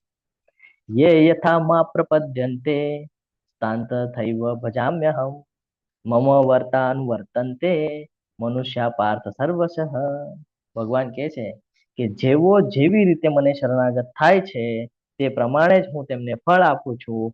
હે પાર્થ, સર્વ મનુષ્યો મારા માર્ગનું સર્વથા અનુસરણ કરે છે. જેને જે ભાવ હોય એ પ્રમાણે. ભગવાન કહે છે તું મને મિત્ર કહીશ, ચાલ હું તારો મિત્ર. તું મને પિતા કહીશ, ચાલ હું તારો પિતા. તું કહીશ માતા, ઓકે માતા. તું કહીશ ગુરુ, ઓકે ગુરુ તરીકે, કાંઈ જ વાંધો નથી. હા, ગોપ બાળો મિત્ર તરીકે રહેતા હતા તો એમની સાથે મિત્ર તરીકે રહ્યા. અર્જુને ગુરુ બનાવી લીધા તો ગુરુ તરીકે જ્ઞાન આપી દીધું. હા, રાધા રાણી બધી સખીઓ એ પ્રેમમય ભક્તિમાં હતા. ચલો પ્રેમમય ભક્તિ, વાંધો નહીં, બધા સાથે રાસલીલા કરીશ, ભગવાન કહે છે કોઈ વાંધો નથી. તમે તમારી ઈચ્છા કયો, તમારી ઈચ્છા શું છે એમ કે તમે ભક્ત બન્યા છો ને, ઈચ્છા કયો તમારી હું પૂરી કરી દઉં, ભગવાન કે. તો જો અહીંયા પણ સ્લાઇડમાં આપણને ઘણા બધા ચિત્રો દ્વારા બતાડ્યું છે. ભગવાન કોઈ ઊંચ નીચ નથી રાખતા, ભગવાનને બધા સરખા, પણ ભક્ત અતિ પ્રિય. હા, બલરામજી મોટા છે એનાથી, બલરામજી એના પગ દબાવે, જુઓ તો એ પણ બલરામજીના પગ દબાવે છે ત્યાં. તો જે ભાવથી જશે, ભગવાન કહે છે તમને જે ભાવ જોઈએ ને તમે એ ભાવની વાત કરો. કોઈ કહે છે ભાઈ મને બાળક તરીકે જોઈએ, ઓકે આજથી હું લાલો તારી માટે. કોઈ કે મારા મિત્ર તરીકે, ઓકે આજથી ફ્રેન્ડ તરીકે તારી સાથે ઉભો રહીશ. તું ખોટું કરીશ તો તારા જીવનમાં દુઃખ આપી દઈશ. તું ખોટું કરીશ તો હું તારા જીવનમાં દુઃખ આપીશ, કારણ કે હું તારી સાથે છું, પણ તું યાદ નહીં રાખે ને મને. હું તારા જીવનમાં દુઃખ આપીને તને યાદ અપાઈશ કે મારા શરણમાં આવ, મારા શરણમાં. આ છે મિત્રતા, કે સુખમાં ભલે ઉભા ના રહે પણ દુઃખમાં પહેલા ઉભા રહે. તો ભગવાન કહે છે જે જેવી રીતે મને શરણાગત થાય છે એ જ પ્રમાણે હું એને ફળ આપું છું. ભક્તિ યોગના 9 તબક્કા છે. ભક્તિ રસામૃત સિંધુ, જે 6 ગોસ્વામીને આપણે વાત કરી, તો અહીંયા એમનું ઉદાહરણ મૂકેલું છે કે ભક્તિ રસામૃત સિંધુ, 9દા ભક્તિ, શ્રદ્ધા, સાધુ સંઘ. સૌથી પહેલા તો શ્રદ્ધા હોવી જરૂરી છે. શ્રદ્ધા હશે તો આપણને સાધુ સંઘ મળશે, એટલે ભક્તોનો સંઘ મળશે.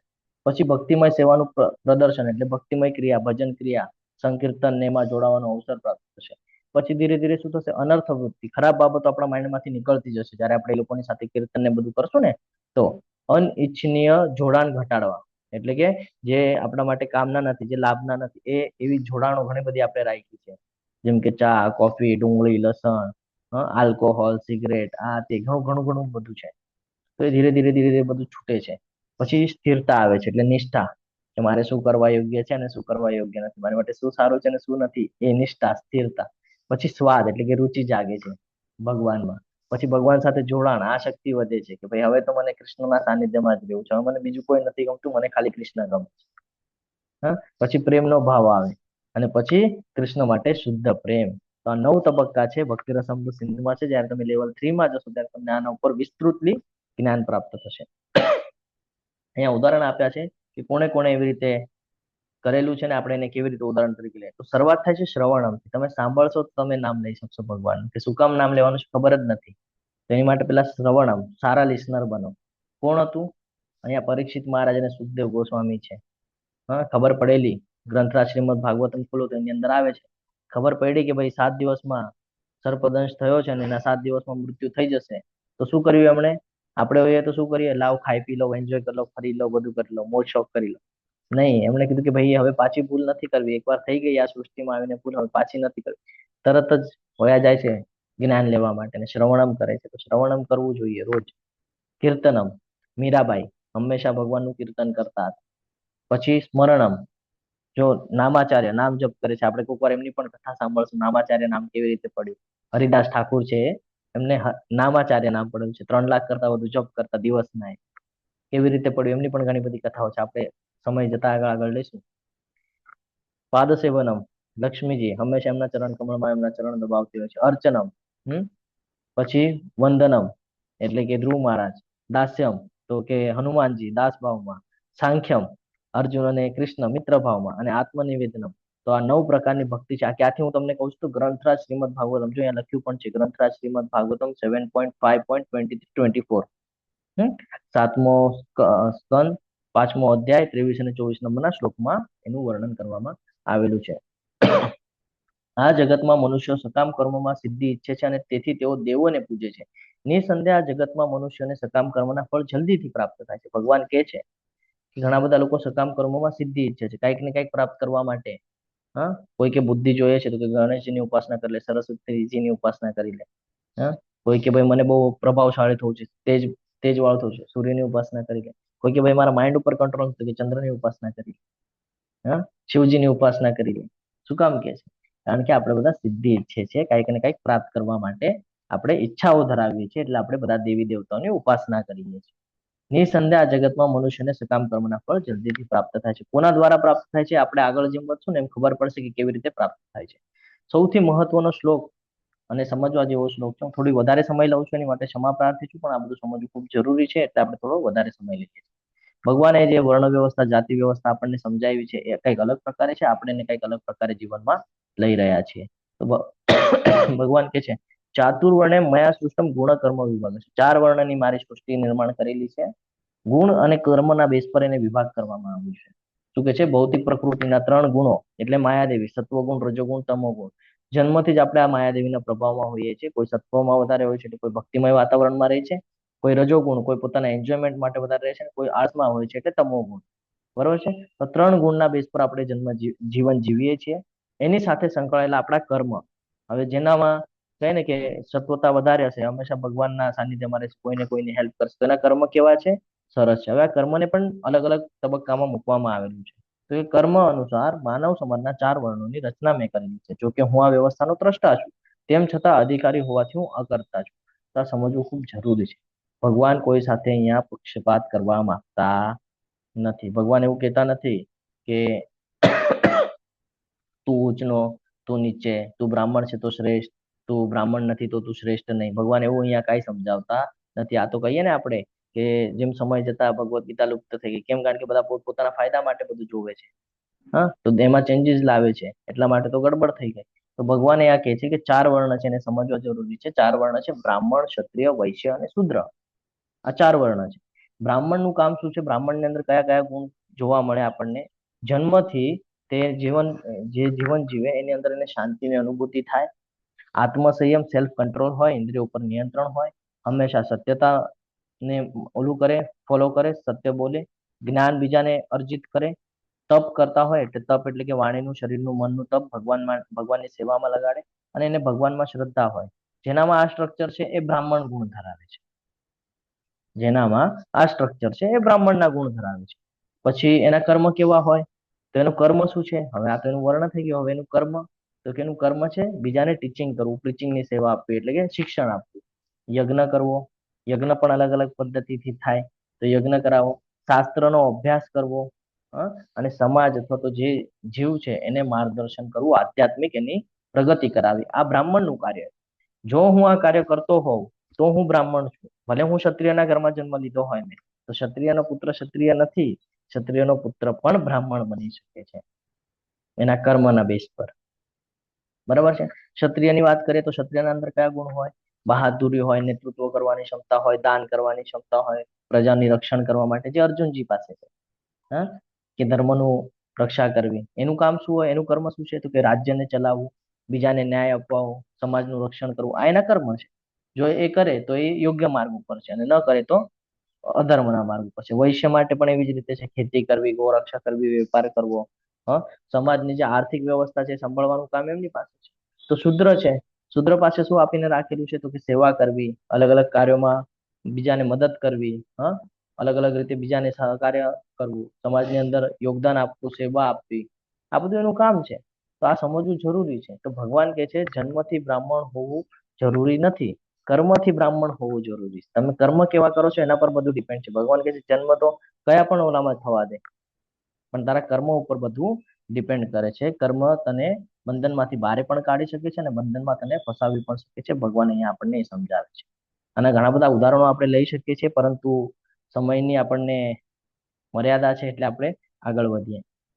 કૃષ્ણ જાતિ વ્યવસ્થા કેમ બનાવ્યા એની આપણે ચર્ચા કરી ગયા છે. ભગવાન આગળ કહે છે કે મને કોઈ કર્મ પ્રભાવિત કરતું નથી અને મને કર્મના ફળની આકાંક્ષા પણ નથી. જે મનુષ્ય મારા વિશેના જ્ઞાન આ સત્યને જાણે છે તે પણ કર્મના ફળ દ્વારા બંધ થતો નથી. તો ભગવાનને જાણી લીધા પછી ખબર પડે છે કે ભાઈ આપણા દ્વારા તો અહીંયા કાંઈ થતું નથી, બધું ભગવાને જ કરેલું છે, ભગવાન દ્વારા જ થઈ રહ્યું છે. તો આપણે શું કામ કરવાનું છે? અપેક્ષાઓ શું કામ રાખવાની છે? ભગવાન એ સમજાય છે કે મને કોઈ કર્મ પ્રભાવિત કરતું નથી. તો એવી રીતે આપણી માટે પણ હોવું જોઈએ. ત્યાં ભૌતિક જગતના સંસાધનોમાં આપણને લાખ ફસાવવામાં આવે, પણ આપણે ફસાવવું જોઈએ નહીં, કારણ કે આપણા માટે નથી. જે આપણા માટે છે એ આપણે લેવાનું છે, જે નથી એ આપણે અત્યારે લઈ રહ્યા છીએ. તો એ આપણી ભૂલ છે, તો એ આપણે સમજવું ખૂબ જરૂરી છે. ભગવાન અહીંયા આપણને એ સમજાવે છે. હવે શું થાય છે કે હવે આ કેવી રીતે જીવન જીવવું ને એ જ આપણને ખબર પડી નથી રહી, અને એમાં જ બધું આપણું ગોટાળા થાય છે. તો કેવી રીતે સમજવાનું છે આ ગોટાળાને? તો ભગવાન એ પણ સમજાવી દે છે અહીંયા. કર્મણ્યો યપી બોધવ્યમ બોધવ્યમ ચ વિકર્મણઃ અકર્મણશ્ચ બોધવ્યમ ગહના કર્મણો ગતિ. ભગવાન કહે છે કે કર્મની આટી ઘૂંટીને સમજવી ઘણી મુશ્કેલ છે. કર્મની આટી ઘૂંટીને સમજવી ઘણી મુશ્કેલ છે. મનુષ્ય શું કર્મ છે, શું વિકર્મ છે અને શું અકર્મ છે આ સારી રીતે જાણવું જરૂરી છે. જ્યાં સુધી આપણે જાણશું નહીં કર્મ, વિકર્મ, અકર્મ, સકામ કર્મ, નિષ્કામ કર્મ, ત્યાં સુધી આપણે એને સમજી શકશું નહીં. એટલે કર્મ એટલે જે શાસ્ત્ર વિહિત છે એને કહેવાય છે કર્મ. જે ભગવાનની આજ્ઞા આપણને મળેલી છે કે ભાઈ કેવું જીવન જીવવાનું છે, ગુરુ શિષ્ય પરંપરામાંથી આવેલું જ્ઞાન કેવી રીતે લેવાનું છે, આને કહેવાય છે કર્મ. જે પોતાના વર્ણ અને આશ્રમ મુજબના કર્તવ્ય, જે હમણાં આપણે જોઈ ગયા, બરાબર છે, આપણે એ પ્રમાણેનું કર્તવ્ય આપણું કરવું જોઈએ, ધર્મના નિયમોનું પાલન કરવું જોઈએ, આને કહેવાય છે કર્મ. ઉદાહરણ તરીકે જો એક્ઝામ્પલ આપું તમને, તો માતા પિતાની સેવા, નોકરી કરે તો એમાં ઈમાનદારી રાખવી, દાન કરવું, આપણું કર્તવ્ય કર્મ છે. યજ્ઞ કરવું, જપ કરવી, પૂજા કરવી, ભગવાનની સેવા કરવી, વૈષ્ણવોની સેવા કરવી, પરિવારની જવાબદારી નિભાવવી, આપણું કર્મ છે. કોઈ ફળની ઈચ્છા રાખ્યા વગર કરવાનું.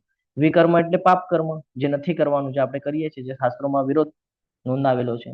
શું શું છે? ચોરી કરવી, ભ્રષ્ટાચાર, હિંસા કરવી, ખોટું બોલવું, વ્યસન કરવી, છેતરપિંડી કરવી, આ બધું એની અંદર આવે છે. તો આપણે આ બધાથી બચવું જોઈએ. અકર્મ એટલે દિવ્ય કર્મ, જે ભગવાનના માટે કરીએ છીએ આપણે. અકર્મનો અર્થ એવું નથી કે કાંઈ ન કરવું. અકર્મનો અર્થ છે બધું ભગવાન માટે કરવું, કૃષ્ણાર્પણમસ્તુ વાળું, કે બધું ભગવાનને સોંપી દેવાનું છે. રસોઈ કરે તો પણ ભગવાન માટે બનાવવું છે. કીર્તન ભગવાનના પ્રસન્નતા માટે. ગીતા શીખીએ છીએ શું કામ? કે હું ભગવાનના હજી સમીપ જઈ શકું. મંદિરના અંદર જઈને સેવા કરવાની. તો આ બધું એટલા માટે છે. આપણને આ સમજવું જરૂરી છે. ભગવાન કહે છે જો તું આ સમજી જઈશ ને તો તને એનો લાભ અવશ્ય થશે. એટલે કર્મ, વિકર્મ અને અકર્મ વચ્ચેનો તફાવત સમજવો ખૂબ જરૂરી છે. સૌથી મહત્વનો શ્લોક અને જીવનમાં ઉતારવા જેવી બાબત અને સાથે લઈ જવા જેવી બાબત છે.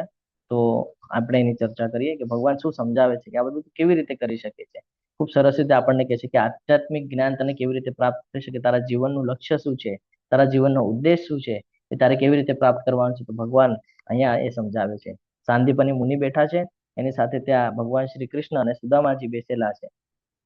અને અહીંયા ભગવાન સમજાવે છે આપણને કે તત્સિદ્ધિ પ્રણિપાતેન પરિપ્રશ્નેન સેવયા ઉપદ્યક્ષન્તિ તે જ્ઞાનમ જ્ઞાનાન તત્વદર્શિનઃ. સદગુરુના શરણે જઈને સત્યને જાણવાનો પ્રયાસ કર. સદગુરુ, ગુરુ શિષ્ય પરંપરામાં આવતા જે ગુરુ છે, જે આચાર્યો છે, એના શરણે જા અને સત્યને જાણવાનો પ્રયાસ કર કે હું કોણ છું, ભગવાન કોણ છે, ને મારે શું કરવા યોગ્ય છે, હું અહીંયા શા માટે આવ્યો છું. કોની પાસેથી જ્ઞાન લે? સદગુરુ. તેમને વિનમ્ર થઈને પ્રશ્ન પૂછ. એટલે હંમેશા પ્રશ્ન નિર્માણ થવા જોઈએ. એમની પાસે જઈને એમને પ્રશ્ન પૂછવા જોઈએ. શું કામ? પ્રશ્ન પૂછશું તો ક્લિયરન્સ આવશે, આપણે જે ડાઉટ છે ક્લિયર થશે. અને તેમની સેવા કર. વૈષ્ણવોની સેવા ભગવાનને અતિ પ્રિય છે ને. તો એટલે કે છે તેમની સેવા કર. શું થશે આ કરવાથી? શું લાભ થશે? તો કે છે તે પ્રબુદ્ધ મહાત્માઓ તને જ્ઞાન ઉપદેશ કરશે, તને જ્ઞાન આપશે, કારણ કે તેઓએ સત્યનું દર્શન કરેલું છે. કે છે ને પ્રણિપાતે ન, વિનમ્રતાના ભાવની સાથે. આપણે શું કરીએ છીએ, આપણે કોઈ પાસે કોઈ ટીચર હોય, કોઈ આચાર્ય હોય, કોઈ ગુરુ હોય, એમની પાસે છે ને એમની બાજુમાં બેસી જઈએ આપણે ખુરચી ઉપર, ટેબલ ઉપર, અને એની સાથે ચર્ચા કરી. કોઈ દિવસે નથી કરવાની. આપણે એમ બતાડીએ છીએ કે ભાઈ આપણે એના લેવલના છે. આપણે હંમેશા એની સામે નીચે બેસવાનું છે. આને કહેવાય વિનમ્રતાનો ભાવ. આ આપણા વર્તનમાંથી દેખાઈ જાય કે ગુરુનો આશ્રય કેવી રીતે લેવાનો છે, વિનમ્રતાથી લેવાનો છે. અહંકાર ના આવવો જોઈએ. હા, અહંકારથી આપણું બધું નુકસાન થઈ જાય છે. કે આપણે એમ કહીએ, ઘણા બધા લોકોને એવું થાય કે આ પ્રભુજી જે કહે છે ને આ ઓલરેડી બધું મને ખબર છે, આ બધું જાણવાનું શું ઉપયોગ છે. તો એ કોઈ દિવસે જ્ઞાન નહીં મેળવી છે, પરંતુ એ એમ કહે છે કે હા આ મને ખબર છે પણ હજી ક્લિયર કરવું છે. ઘણા બધા લોકો અહીંયા મારાથી પણ સિનિયર છે, જોડાય છે. શું કામ? જ્ઞાન લઈ રહ્યા છે, મળે છે. ઘણા બધા લોકો સિનિયર ડિવોટીસ પ્રશ્ન કરે છે. શું કામ કરે છે? જ્ઞાન મળે એટલા માટે. તો આ સમજવું જરૂરી છે. પરિપ્રશ્ને ન સેવાય. પરિપ્રશ્ને એટલે યોગ્ય પ્રશ્ન પૂછવાનો છે. ગુરુને કેવા પ્રશ્ન પૂછવા જોઈએ? એમ નથી પૂછવાનું કે ભાઈ મારી પાસે પૈસા નથી આવતા તો હું શું કરું. એમ પૂછવાનું છે કે હું શું કરીશ તો હું સરળતાથી જીવન જીવી શકું. જિજ્ઞાસા હોવી જોઈએ. સત્યતા શું છે જાણવાની ઈચ્છા હોવી જોઈએ. ગુરુની પરીક્ષા લેવા માટે પ્રશ્ન નથી પૂછવાના. ગુરુને તો બધું ખબર હોય કે ક્યાં શું બોલવાનું છે ને ક્યાં શું નથી બોલવાનું. એટલે એના માટે થઈને કોઈ દિવસે પ્રશ્ન નથી કરવાના કે એની એક્ઝામ લેવાની છે આપણે કે ભાઈ કેટલું આવડે છે લાવ જુઓ. અને બધું આવડતું હોય એ પણ તમારા ઉપર ટ્રાયલ લેતા હોય. આ હંમેશા ધ્યાનમાં રાખજો. હંમેશા સેવાના ભાવથી કરવાનું છે. સેવા શા માટે કરવાની છે? કારણ કે સેવા જ હૃદયને નમ્ર બનાવે છે. સેવાનો ભાવ આવે ને તો આપણા હૃદયને નમ્ર બનાવે છે. અને તત્વદર્શી ગુરુ કોને કીધા છે? હું શું કામ તમને સંધિ છૂટી પાડીને સમજાવું છું કે તમને ક્લિયરન્સ આવે કે ભાઈ શું કરવા યોગ્ય છે ને શું કરવા યોગ્ય નથી. તત્વદર્શી ગુરુ કોને કહેવાય? તો કે જે શાસ્ત્રને ફોલો કરે છે, જેની પાસે શાસ્ત્રનું જ્ઞાન છે, જેની પાસે ઓલરેડી અનુભવ છે, એ જ તમને યોગ્ય રીતે સમજાવી શકે છે. જેને વાંચ્યું જ ન હોય અને તમે એને ભગવદ્ ગીતા પૂછો, એ એક શ્લોક કે 4 બાબતો ભૂલી જશે. કોઈ લાભ નથી. પણ એવા લોકો હોય કે જેને ભગવદ્ ગીતા વાંચી છે, ભલે શ્લોક યાદ ન હોય પણ તમને ઉદાહરણ આપીને પણ સમજાવી જાય શાસ્ત્રોના, તો આ યોગ્ય ગુરુ છે. એટલે આ સમજવું જરૂરી છે. ખાલી વિદ્વાન હોવું જરૂરી નથી, તો એની સાથે ભગવાનનો અનુભવ પણ હોવો જરૂરી છે કે શું કરવાનું છે શું નથી કરવાનું. એટલે જો ગાડી શીખવી હોય એની માટે જો કોઈ શિક્ષક ન હોય તો તમે કોઈ દિવસે ન શીખી શકો. સ્કૂલમાં તમે ગયા ન હો તો તમને ABCD લખતા ના આવડત, વાંચતા ના આવડત છે ને. એટલે બધી જગ્યાએ માર્ગદર્શનની જરૂર તો પડે છે. ચાલવા માટે આપણે આપણા માતા પિતાની આંગળી પકડતા, ત્યારે પણ તો જરૂર પડી હતી ને. એટલે કહેવાય છે ને કે માતા પિતા પણ આપણા ગુરુ છે. શું કામ કે છે? એટલા માટે જ કે છે. કોઈ શરૂઆત તો એમણે જ કરાવી. આનો અર્થ એવું નથી કે ગુરુ પોતાને ભગવાન માને છે. ભગવાન નથી માનતા. એ હંમેશા ભગવાનના સેવકના તરીકે હોય છે, ભગવાનના પ્રતિનિધિ છે, સેવક તરીકે હોય છે. ગ્રંથરાજ શ્રીમદ ભાગવતમ 11મા સ્કંદના 3જા અધ્યાયના 21મા શ્લોકમાં ભગવાન કહે છે કે જે પરમ કલ્યાણની જેને જિજ્ઞાસા હોય ને એને ગુરુના શરણે જવું જોઈએ. પરમ કલ્યાણ એટલે શું ખબર છે? કે આપણા જીવનનું ધ્યેય શું છે એ જાણીને એવું જીવન જીવવું. જીવનમાં શું કરવાનું છે એ સૌથી મહત્વનો બાબત છે. કે આધ્યાત્મિક પ્રગતિ જો કરવી હોય ને તો એની માટે ઘણી બધી બાબતો મહત્વની છે. એમાં સૌથી પહેલા છે કે અધિકૃત ગુરુને શોધવા. જે ગુરુ શિષ્ય પરંપરામાં આવે છે એવા ગુરુને શોધી વિનમ્રના ભાવથી નિયમિત રીતે એમને પ્રશ્નો પૂછવા જોઈએ. જ્યારે લેક્ચરો થતા હોય ત્યારે એમની પાસે જવું જોઈએ કે આ લેક્ચરમાં મને આ સમજાવવાનું નથી, મને આ સમજાવો, આનો શું અર્થ થાય છે મને સમજાવો, અને કેવી રીતે હું જીવનમાં ઉતારી શકું મને એ સમજાવો. અને પ્રશ્નો પૂછ્યા, ઉત્તર લીધા પછી આપણે કહીએ છીએ ને ગુરુને ગુરુ દક્ષિણા આપવી જોઈએ. તો દક્ષિણામાં તમે એની સેવા કરી શકો છો. દક્ષિણા એટલે પૈસાનું કોઈ કામ નથી. ગુરુ ઓલરેડી ભગવાનના સાનિધ્યમાં છે અને પૈસાની શું જરૂરત છે? પૈસાથી એને કોઈ મોહ નથી. તમે એની સેવા કરી દો, ભગવાનને અતિ પ્રિય છે. અને શાસ્ત્રનો ઉપયોગ કરવો જોઈએ, શાસ્ત્રનો અભ્યાસ કરવો જોઈએ કોઈ પણ રેફરન્સ લેવા માટે. અને જે કાંઈ આપણને ગુરુ આપણને માર્ગદર્શન કરે, જે કાંઈ પણ સમજાવે એને આપણે આપણા જીવનમાં ઉતારવાનો પ્રયત્ન કરવો જોઈએ. તો આ બહુ મહત્વ છે. એટલે પ્રણિપાતેન, પરિપ્રશ્નેન અને સેવયા, આ ત્રણેય બહુ મહત્વનું છે. કે પ્રણિપાત એટલે કે વિનમ્રતાના ભાવથી, પરિપ્રશ્ન એટલે હિતકારી યોગ્ય પ્રશ્ન પૂછવા, અને સેવયા એટલે સેવા, નિસ્વાર્થ ભાવે સેવા કરવી જોઈએ. તો સાચા ગુરુને શોધવા, એના સાનિધ્યમાં જવું અને એની પાસેથી જ્ઞાન મેળવવું, એ જ આ અધ્યાયનું આપણું અંતિમ સાર અહીંયા આપણને સમજાય છે. જો તને બધા પાપીઓમાં પણ સૌથી મોટો પાપી ગણવામાં આવે, અત્યાર સુધી તે ભલે ઘણા બધા કુકર્મ કરી નાખ્યા, બધાને છેતરપિંડી કરી હોય, બધાનું નુકસાન કર્યું હોય, તો પણ વાંધો નહીં. ભગવાન કહે છે તોય તું જ્યારે દિવ્ય જ્ઞાન રૂપી નૌકામાં સ્થિત થઈશ જ્યારે તારા જીવનમાં ગુરુ આવશે, ત્યારે તું એને પ્રશ્ન પૂછીશ, જ્યારે તું એની સેવા કરીશ, જ્યારે એના કીધા પ્રમાણે તું જીવન જીવવાનું ચાલુ કરીશ, એટલે જ્ઞાન રૂપી નૌકામાં સ્થિત થઈશ, ત્યારે દુઃખોના સાગરને પાર કરી જઈશ. તારા જીવનમાં દુઃખ આવશે તો પણ તને ખબર નહીં પડે. એટલા માટે જીવનમાં ગુરુ હોવા જરૂરી છે ને, યોગ્ય ગુરુ હોવા એટલા માટે જરૂરી છે કે આપણને પહેલેથી જ સતર્ક કરી દે કે ભાઈ આ તારી માટે કામનું છે ને આ તારી માટે કામનું નથી. એટલા માટે કે છે ગુરુ વગર જ્ઞાન મળતું નથી. અહીંયા એક કથા છે, જો આપણે થોડી વાર પહેલા જ ચર્ચા કરતા હતા અને આ કથા અહીંયા આવી ગઈ તરત, તો આ કથા મૃગારીની છે. એક શિકારી છે, હું 2 મિનિટમાં કથા પૂર્ણ કરું છું. તો થાય છે એવું કે એક વખત નારદ મુનિજી છે એ જંગલમાંથી પસાર થઈ રહ્યા હતા અને રસ્તામાં એક હરણ એમને મૃત અવસ્થામાં દેખાણું, પણ એ મૃત પણ નહોતું, અડધું મરેલું હતું. અડધું મરેલું એટલે અર્ધવંગ, કે એના હાથ પગ તોડી નાખ્યા છે ને એવું, અને એને તકલીફ થઈ રહી હતી. તો આવું જોયું અને આગળ ગયા તો આગળ જોયું તો હજી એક પ્રાણી દેખાણું, ડુક્કર દેખાણું એમને. તો એ પણ એવી જ અવસ્થામાં. તો નારદજી થોડા આમ વ્યાકુળ થઈ ગયા, દુઃખી થઈ ગયા કે ભાઈ આ કોણ છે, આટલી ક્રૂરતાથી મારી રહ્યું છે ભાઈ, આટલું બધું કોણ આ અધર્મ કરી રહ્યું છે. જોવે છે તો એક શિકારી દેખાય છે. શિકારી ઉભો છે ને એને પૂછે ભાઈ તારું નામ? તો કે મારું નામ મૃગારી છે, ફૂલ એટીટ્યુડમાં કે મારું નામ મૃગારી છે. મૃગ એટલે કે હરણ, અને આરી એટલે કે એનો શત્રુ, એટલે મૃગારી. બરાબર છે? તો કે મારું નામ મૃગારી છે. તો કે આ બધું શું કામ કરે છે? તારે મારવું જ છે તો એક જ વારમાં મારી નાખ ને, આ વારે વારે આમ અડધું અડધું મારવાનો શું અર્થ છે? તો કે નહીં ભાઈ, મારા પિતાએ મને શીખવાડ્યું છે કે ભાઈ પ્રાણીને કોઈ દિવસે એક જ વારમાં નહીં મારવાનું, કે અડધો જીવતો રાખવાનો ને અડધો એને તડપવા જોવાનો, ને એમાં મને અનેરો આનંદ આવે છે. આ એનું સ્ટેટમેન્ટ છે. ગ્રંથરાજ શ્રીમદ ભાગવતમ માંથી કહી રહ્યો છું હું તમને. તો એનું સ્ટેટમેન્ટ છે કે ભાઈ અડધા મારીને છોડી દઉં છું હું એને, કેમ? મને અનેરો આનંદ આવે છે. તો નારદજી એને પ્રશ્ન પૂછે છે કે આમ કરવાથી શું થાય? તો કે ભાઈ અનેરો આનંદ આવે મને. હા, ખૂબ સરસ રીતે કથા છે, બહુ મોટી કથા છે. હું તમને થોડુંક થોડુંક ઓલા એમાં સમજાવવાનો પ્રયત્ન કરું છું. તો ભગવાન કે છે તું એક જ વારમાં મારી નાખીશ તો પણ પાપ થશે, અને તું અડધા મારીને લાંબી પીડા આપીશ તો એનું પણ તને કર્મફળ ભોગવવું પડશે. જેમ અત્યારે તું એને મારે છે ને એમ તને પણ મારવામાં આવશે, એટલી વાર જેટલી વાર તે લોકોને માર્યું છે. પછી નારદજી એને કર્મનો સિદ્ધાંત સમજાવે છે કે કર્મ કેવી રીતે કાર્ય કરે છે. બુમરરિંગ ફરીને પાછું આવશે. તું આજે જે કરે છે તારી સાથે ક્યારેક ને ક્યારેક થશે, આ જન્મમાં નહીં તો બીજા જન્મમાં.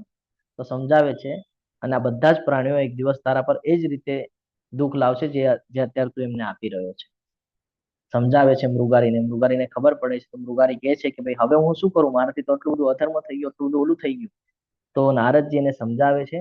નારદજી એને કહે છે સૌ પ્રથમ તો આ જે કાર્ય તું કરે છે કોના બેસ પર કરે? તો કે ઓલા ધનુષ્યના બેસ પર કરે છે. સૌથી પહેલા તો એને તોડી નાખ. તો આપણે પણ જે ખરાબ કાર્ય કરે છે સેના ઉપર કરીએ છીએ, સૌથી પહેલા એને તોડવું જરૂરી છે. પછી કે શિકારી છોડી દે, શિકાર કરવાનું છોડી દે, આ તને અધર્મમાં લઈ જાય છે. શિકાર કરવાનું છોડી દે, ભગવાનના નામનો જપ કર કે છે. તુલસીજીની સેવા કર, ભગવાનના નામનો જપ કર, ભક્તિમાં આવી કે. પછી જોઈ કે તારી કેવું જીવન જાય છે તારું કે. તરત જ મુગારી સાંભળે છે એમનું, તરત જ એક્સેપ્ટ કરે છે વાત, સાંભળે છે, ફોલો કરે છે, ધનુષ્ય તોડી નાખે છે, ભગવાનની ભક્તિમાં લાગે છે.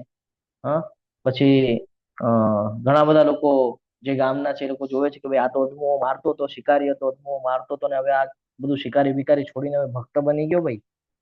તો આ ખબર પડે છે નારદજીને, અને નારદજી પોતે એમના જે શિષ્ય છે પર્વત મુનિ એની સાથે પ્રયાણ કરતા હતા, જઈ રહ્યા હતા.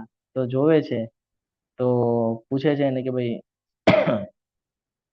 આટલો ધીમે ધીમે કેમ ચાલે છે? કે આ તમારે સાષ્ટાંગ દંડવત જોઈએ રાઈટ સાઈડમાં બતાવે છે, સાષ્ટાંગ દંડવત કરવા આવી રહ્યો છે, આટલો ધીરે ધીરે કેમ ચાલે છે?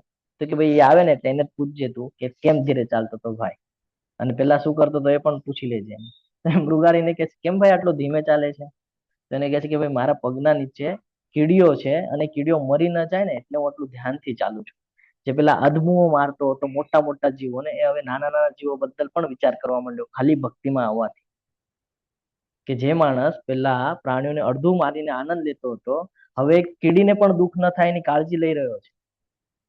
તો આ છે ભક્તિનું પરિવર્તન. કે જ્યાં સુધી તમારા જીવનમાં કોઈ માર્ગદર્શક નહીં આવે ને તો તમે જીવન સરળતાથી નહીં જીવી શકો. એટલે આખી કથા જો આપણે ધ્યાનથી સાંભળીએ તો એમાં આપણને ખબર પડે છે કે એક ભક્ત બીજા ભક્તની સાનિધ્યમાં આવે તો એક સત્સંગથી જીવન બદલી જાય છે. એક જ વાર નારદજીને મળ્યા અને નારદજી એમને જ્ઞાન આપ્યું, જ્ઞાનને એક્સેપ્ટ કર્યું અને એના પર ચાલ્યા, જીવન પરિવર્તન થઈ ગયું. ભગવાનનું નામ લેવાથી પોતાનું હૃદય શુદ્ધ થઈ જાય છે, વિચારો બદલાઈ જાય છે, કર્મના નિયમો બદલી નાખે છે. ભગવાનના સાનિધ્યમાં જઈએ ને તો કર્મના નિયમો બદલાઈ જાય છે. જે દુઃખ આપતું હતું એ સુખમાં પરિવર્તિત થઈ જાય છે. ખબર છે? કોઈ પણ વ્યક્તિ સુધરી શકે છે ભક્ત બનીને. એટલે આ કથામાંથી ઘણું બધું શીખવા જેવું છે. જે અજ્ઞાની તથા શ્રદ્ધા વિહીન મનુષ્યો પ્રમાણભૂત શાસ્ત્રોમાં સંદેહ કરે છે, જે ડાઉટ લે છે, તેઓ ભગવત ભાવના પામતા નથી. એટલે કે કોઈ દિવસે ભગવાનની ભક્તિમાં એ સંલગ્ન થઈ શકતા નથી અને એમનું પતન થાય છે. કારણ કે ભગવાનનું સાનિધ્ય નહીં સ્વીકારે તો અહીંયા જો 4 બાબતો બતાડી, 4 રેગ્યુલેટિવ પ્રિન્સિપલ છે, આપણે એની પણ ચર્ચા કરશું. તો એનાથી નુકસાન થાય છે. અને સંશયગ્રસ્ત વ્યક્તિ માટે નથી આ લોકમાં સુખ કે નથી પરલોકમાં. અહીંયા પણ સુખી નહીં રહી શકે અને ઉપર જશે તો ત્યાં પણ સુખી નહીં રહી શકે. માટે અજ્ઞાનવશ તારા હૃદયમાં જે સંદેહ ઉત્પન્ન થયા છે, ભગવાન આપણને બધાને કહી રહ્યા છે. શું કહે છે? અજ્ઞાનવશ. આનાથી પહેલા તારી પાસે જ્ઞાન નહોતું, તો અજ્ઞાનવશ તારા હૃદયના અંદર જે પણ સંદેહ, જે પણ ડાઉટ્સ ઉત્પન્ન થયા છે, તેને જ્ઞાન રૂપી શસ્ત્ર વડે કાપી નાખ. ક્યાંથી લઈશ જ્ઞાન? તો કે ગુરુના સાનિધ્યમાં આવીને. તત્સિદ્ધિ પ્રણિપાતેન પરિપ્રશ્નેન સેવયા. યોગ્ય ગુરુના સાનિધ્યમાં જા, વિનમ્રતા થઈને એમને પ્રશ્ન પૂછ. એમને આગળ બધું જ્ઞાન છે, તને યોગ્ય જ્ઞાન માર્ગદર્શન કરશે. તું યોગારૂઢ થઈને ઉઠ અને યુદ્ધ કર. ફરીથી એને યાદ અપાવે છે કે બેસીને નથી રહેવાનું, યુદ્ધ કરે. એવી રીતે આપણને પણ યાદ અપાવે છે કે ખાલી જ્ઞાન લઈને બેસી નથી રહેવાનું, એને ફોલો કર. ભગવાન અહીંયા એ કહે છે આપણને કે એને ફોલો કર. ગોત યોગ્ય ગુરુ કોણ છે, ગોત. સાનિધ્યમાં જાય ના, એની પાસે જા અને પ્રશ્ન પૂછ. તારા ડાઉટ્સ ક્લિયર કરી લે કે છે બધા. તો આ સાથે આપણો આજનો અધ્યાય અહીંયા પૂર્ણ થાય છે. તમે બધા ખૂબ શાંતિપૂર્વક સાંભળ્યું એટલે તમારા બધાનો ખૂબ ખૂબ આભાર વ્યક્ત કરું છું. કોઈ જતા નહીં, થોડી ચર્ચા કરવાની છે. વાંછા કલ્પતરુભ્યશ્ચ કૃપા સિંધુભ્ય એવ ચ પતિતાનાં પાવનેભ્યો વૈષ્ણવેભ્યો નમો નમઃ. અનંત કોટી વૈષ્ણવ વૃંદ કી જય. ભગવદ ગીતા કી જય. શ્રીલ પ્રભુપાદ કી જય. સદગુરુદેવ કી જય. હરે કૃષ્ણ કૃષ્ણ કૃષ્ણ હરે હરે, હરે રામ રામ રામ હરે હરે. પ્રભુજી દંડવત પ્રણામ. હરે કૃષ્ણ. દંડવત પ્રણામ. હવે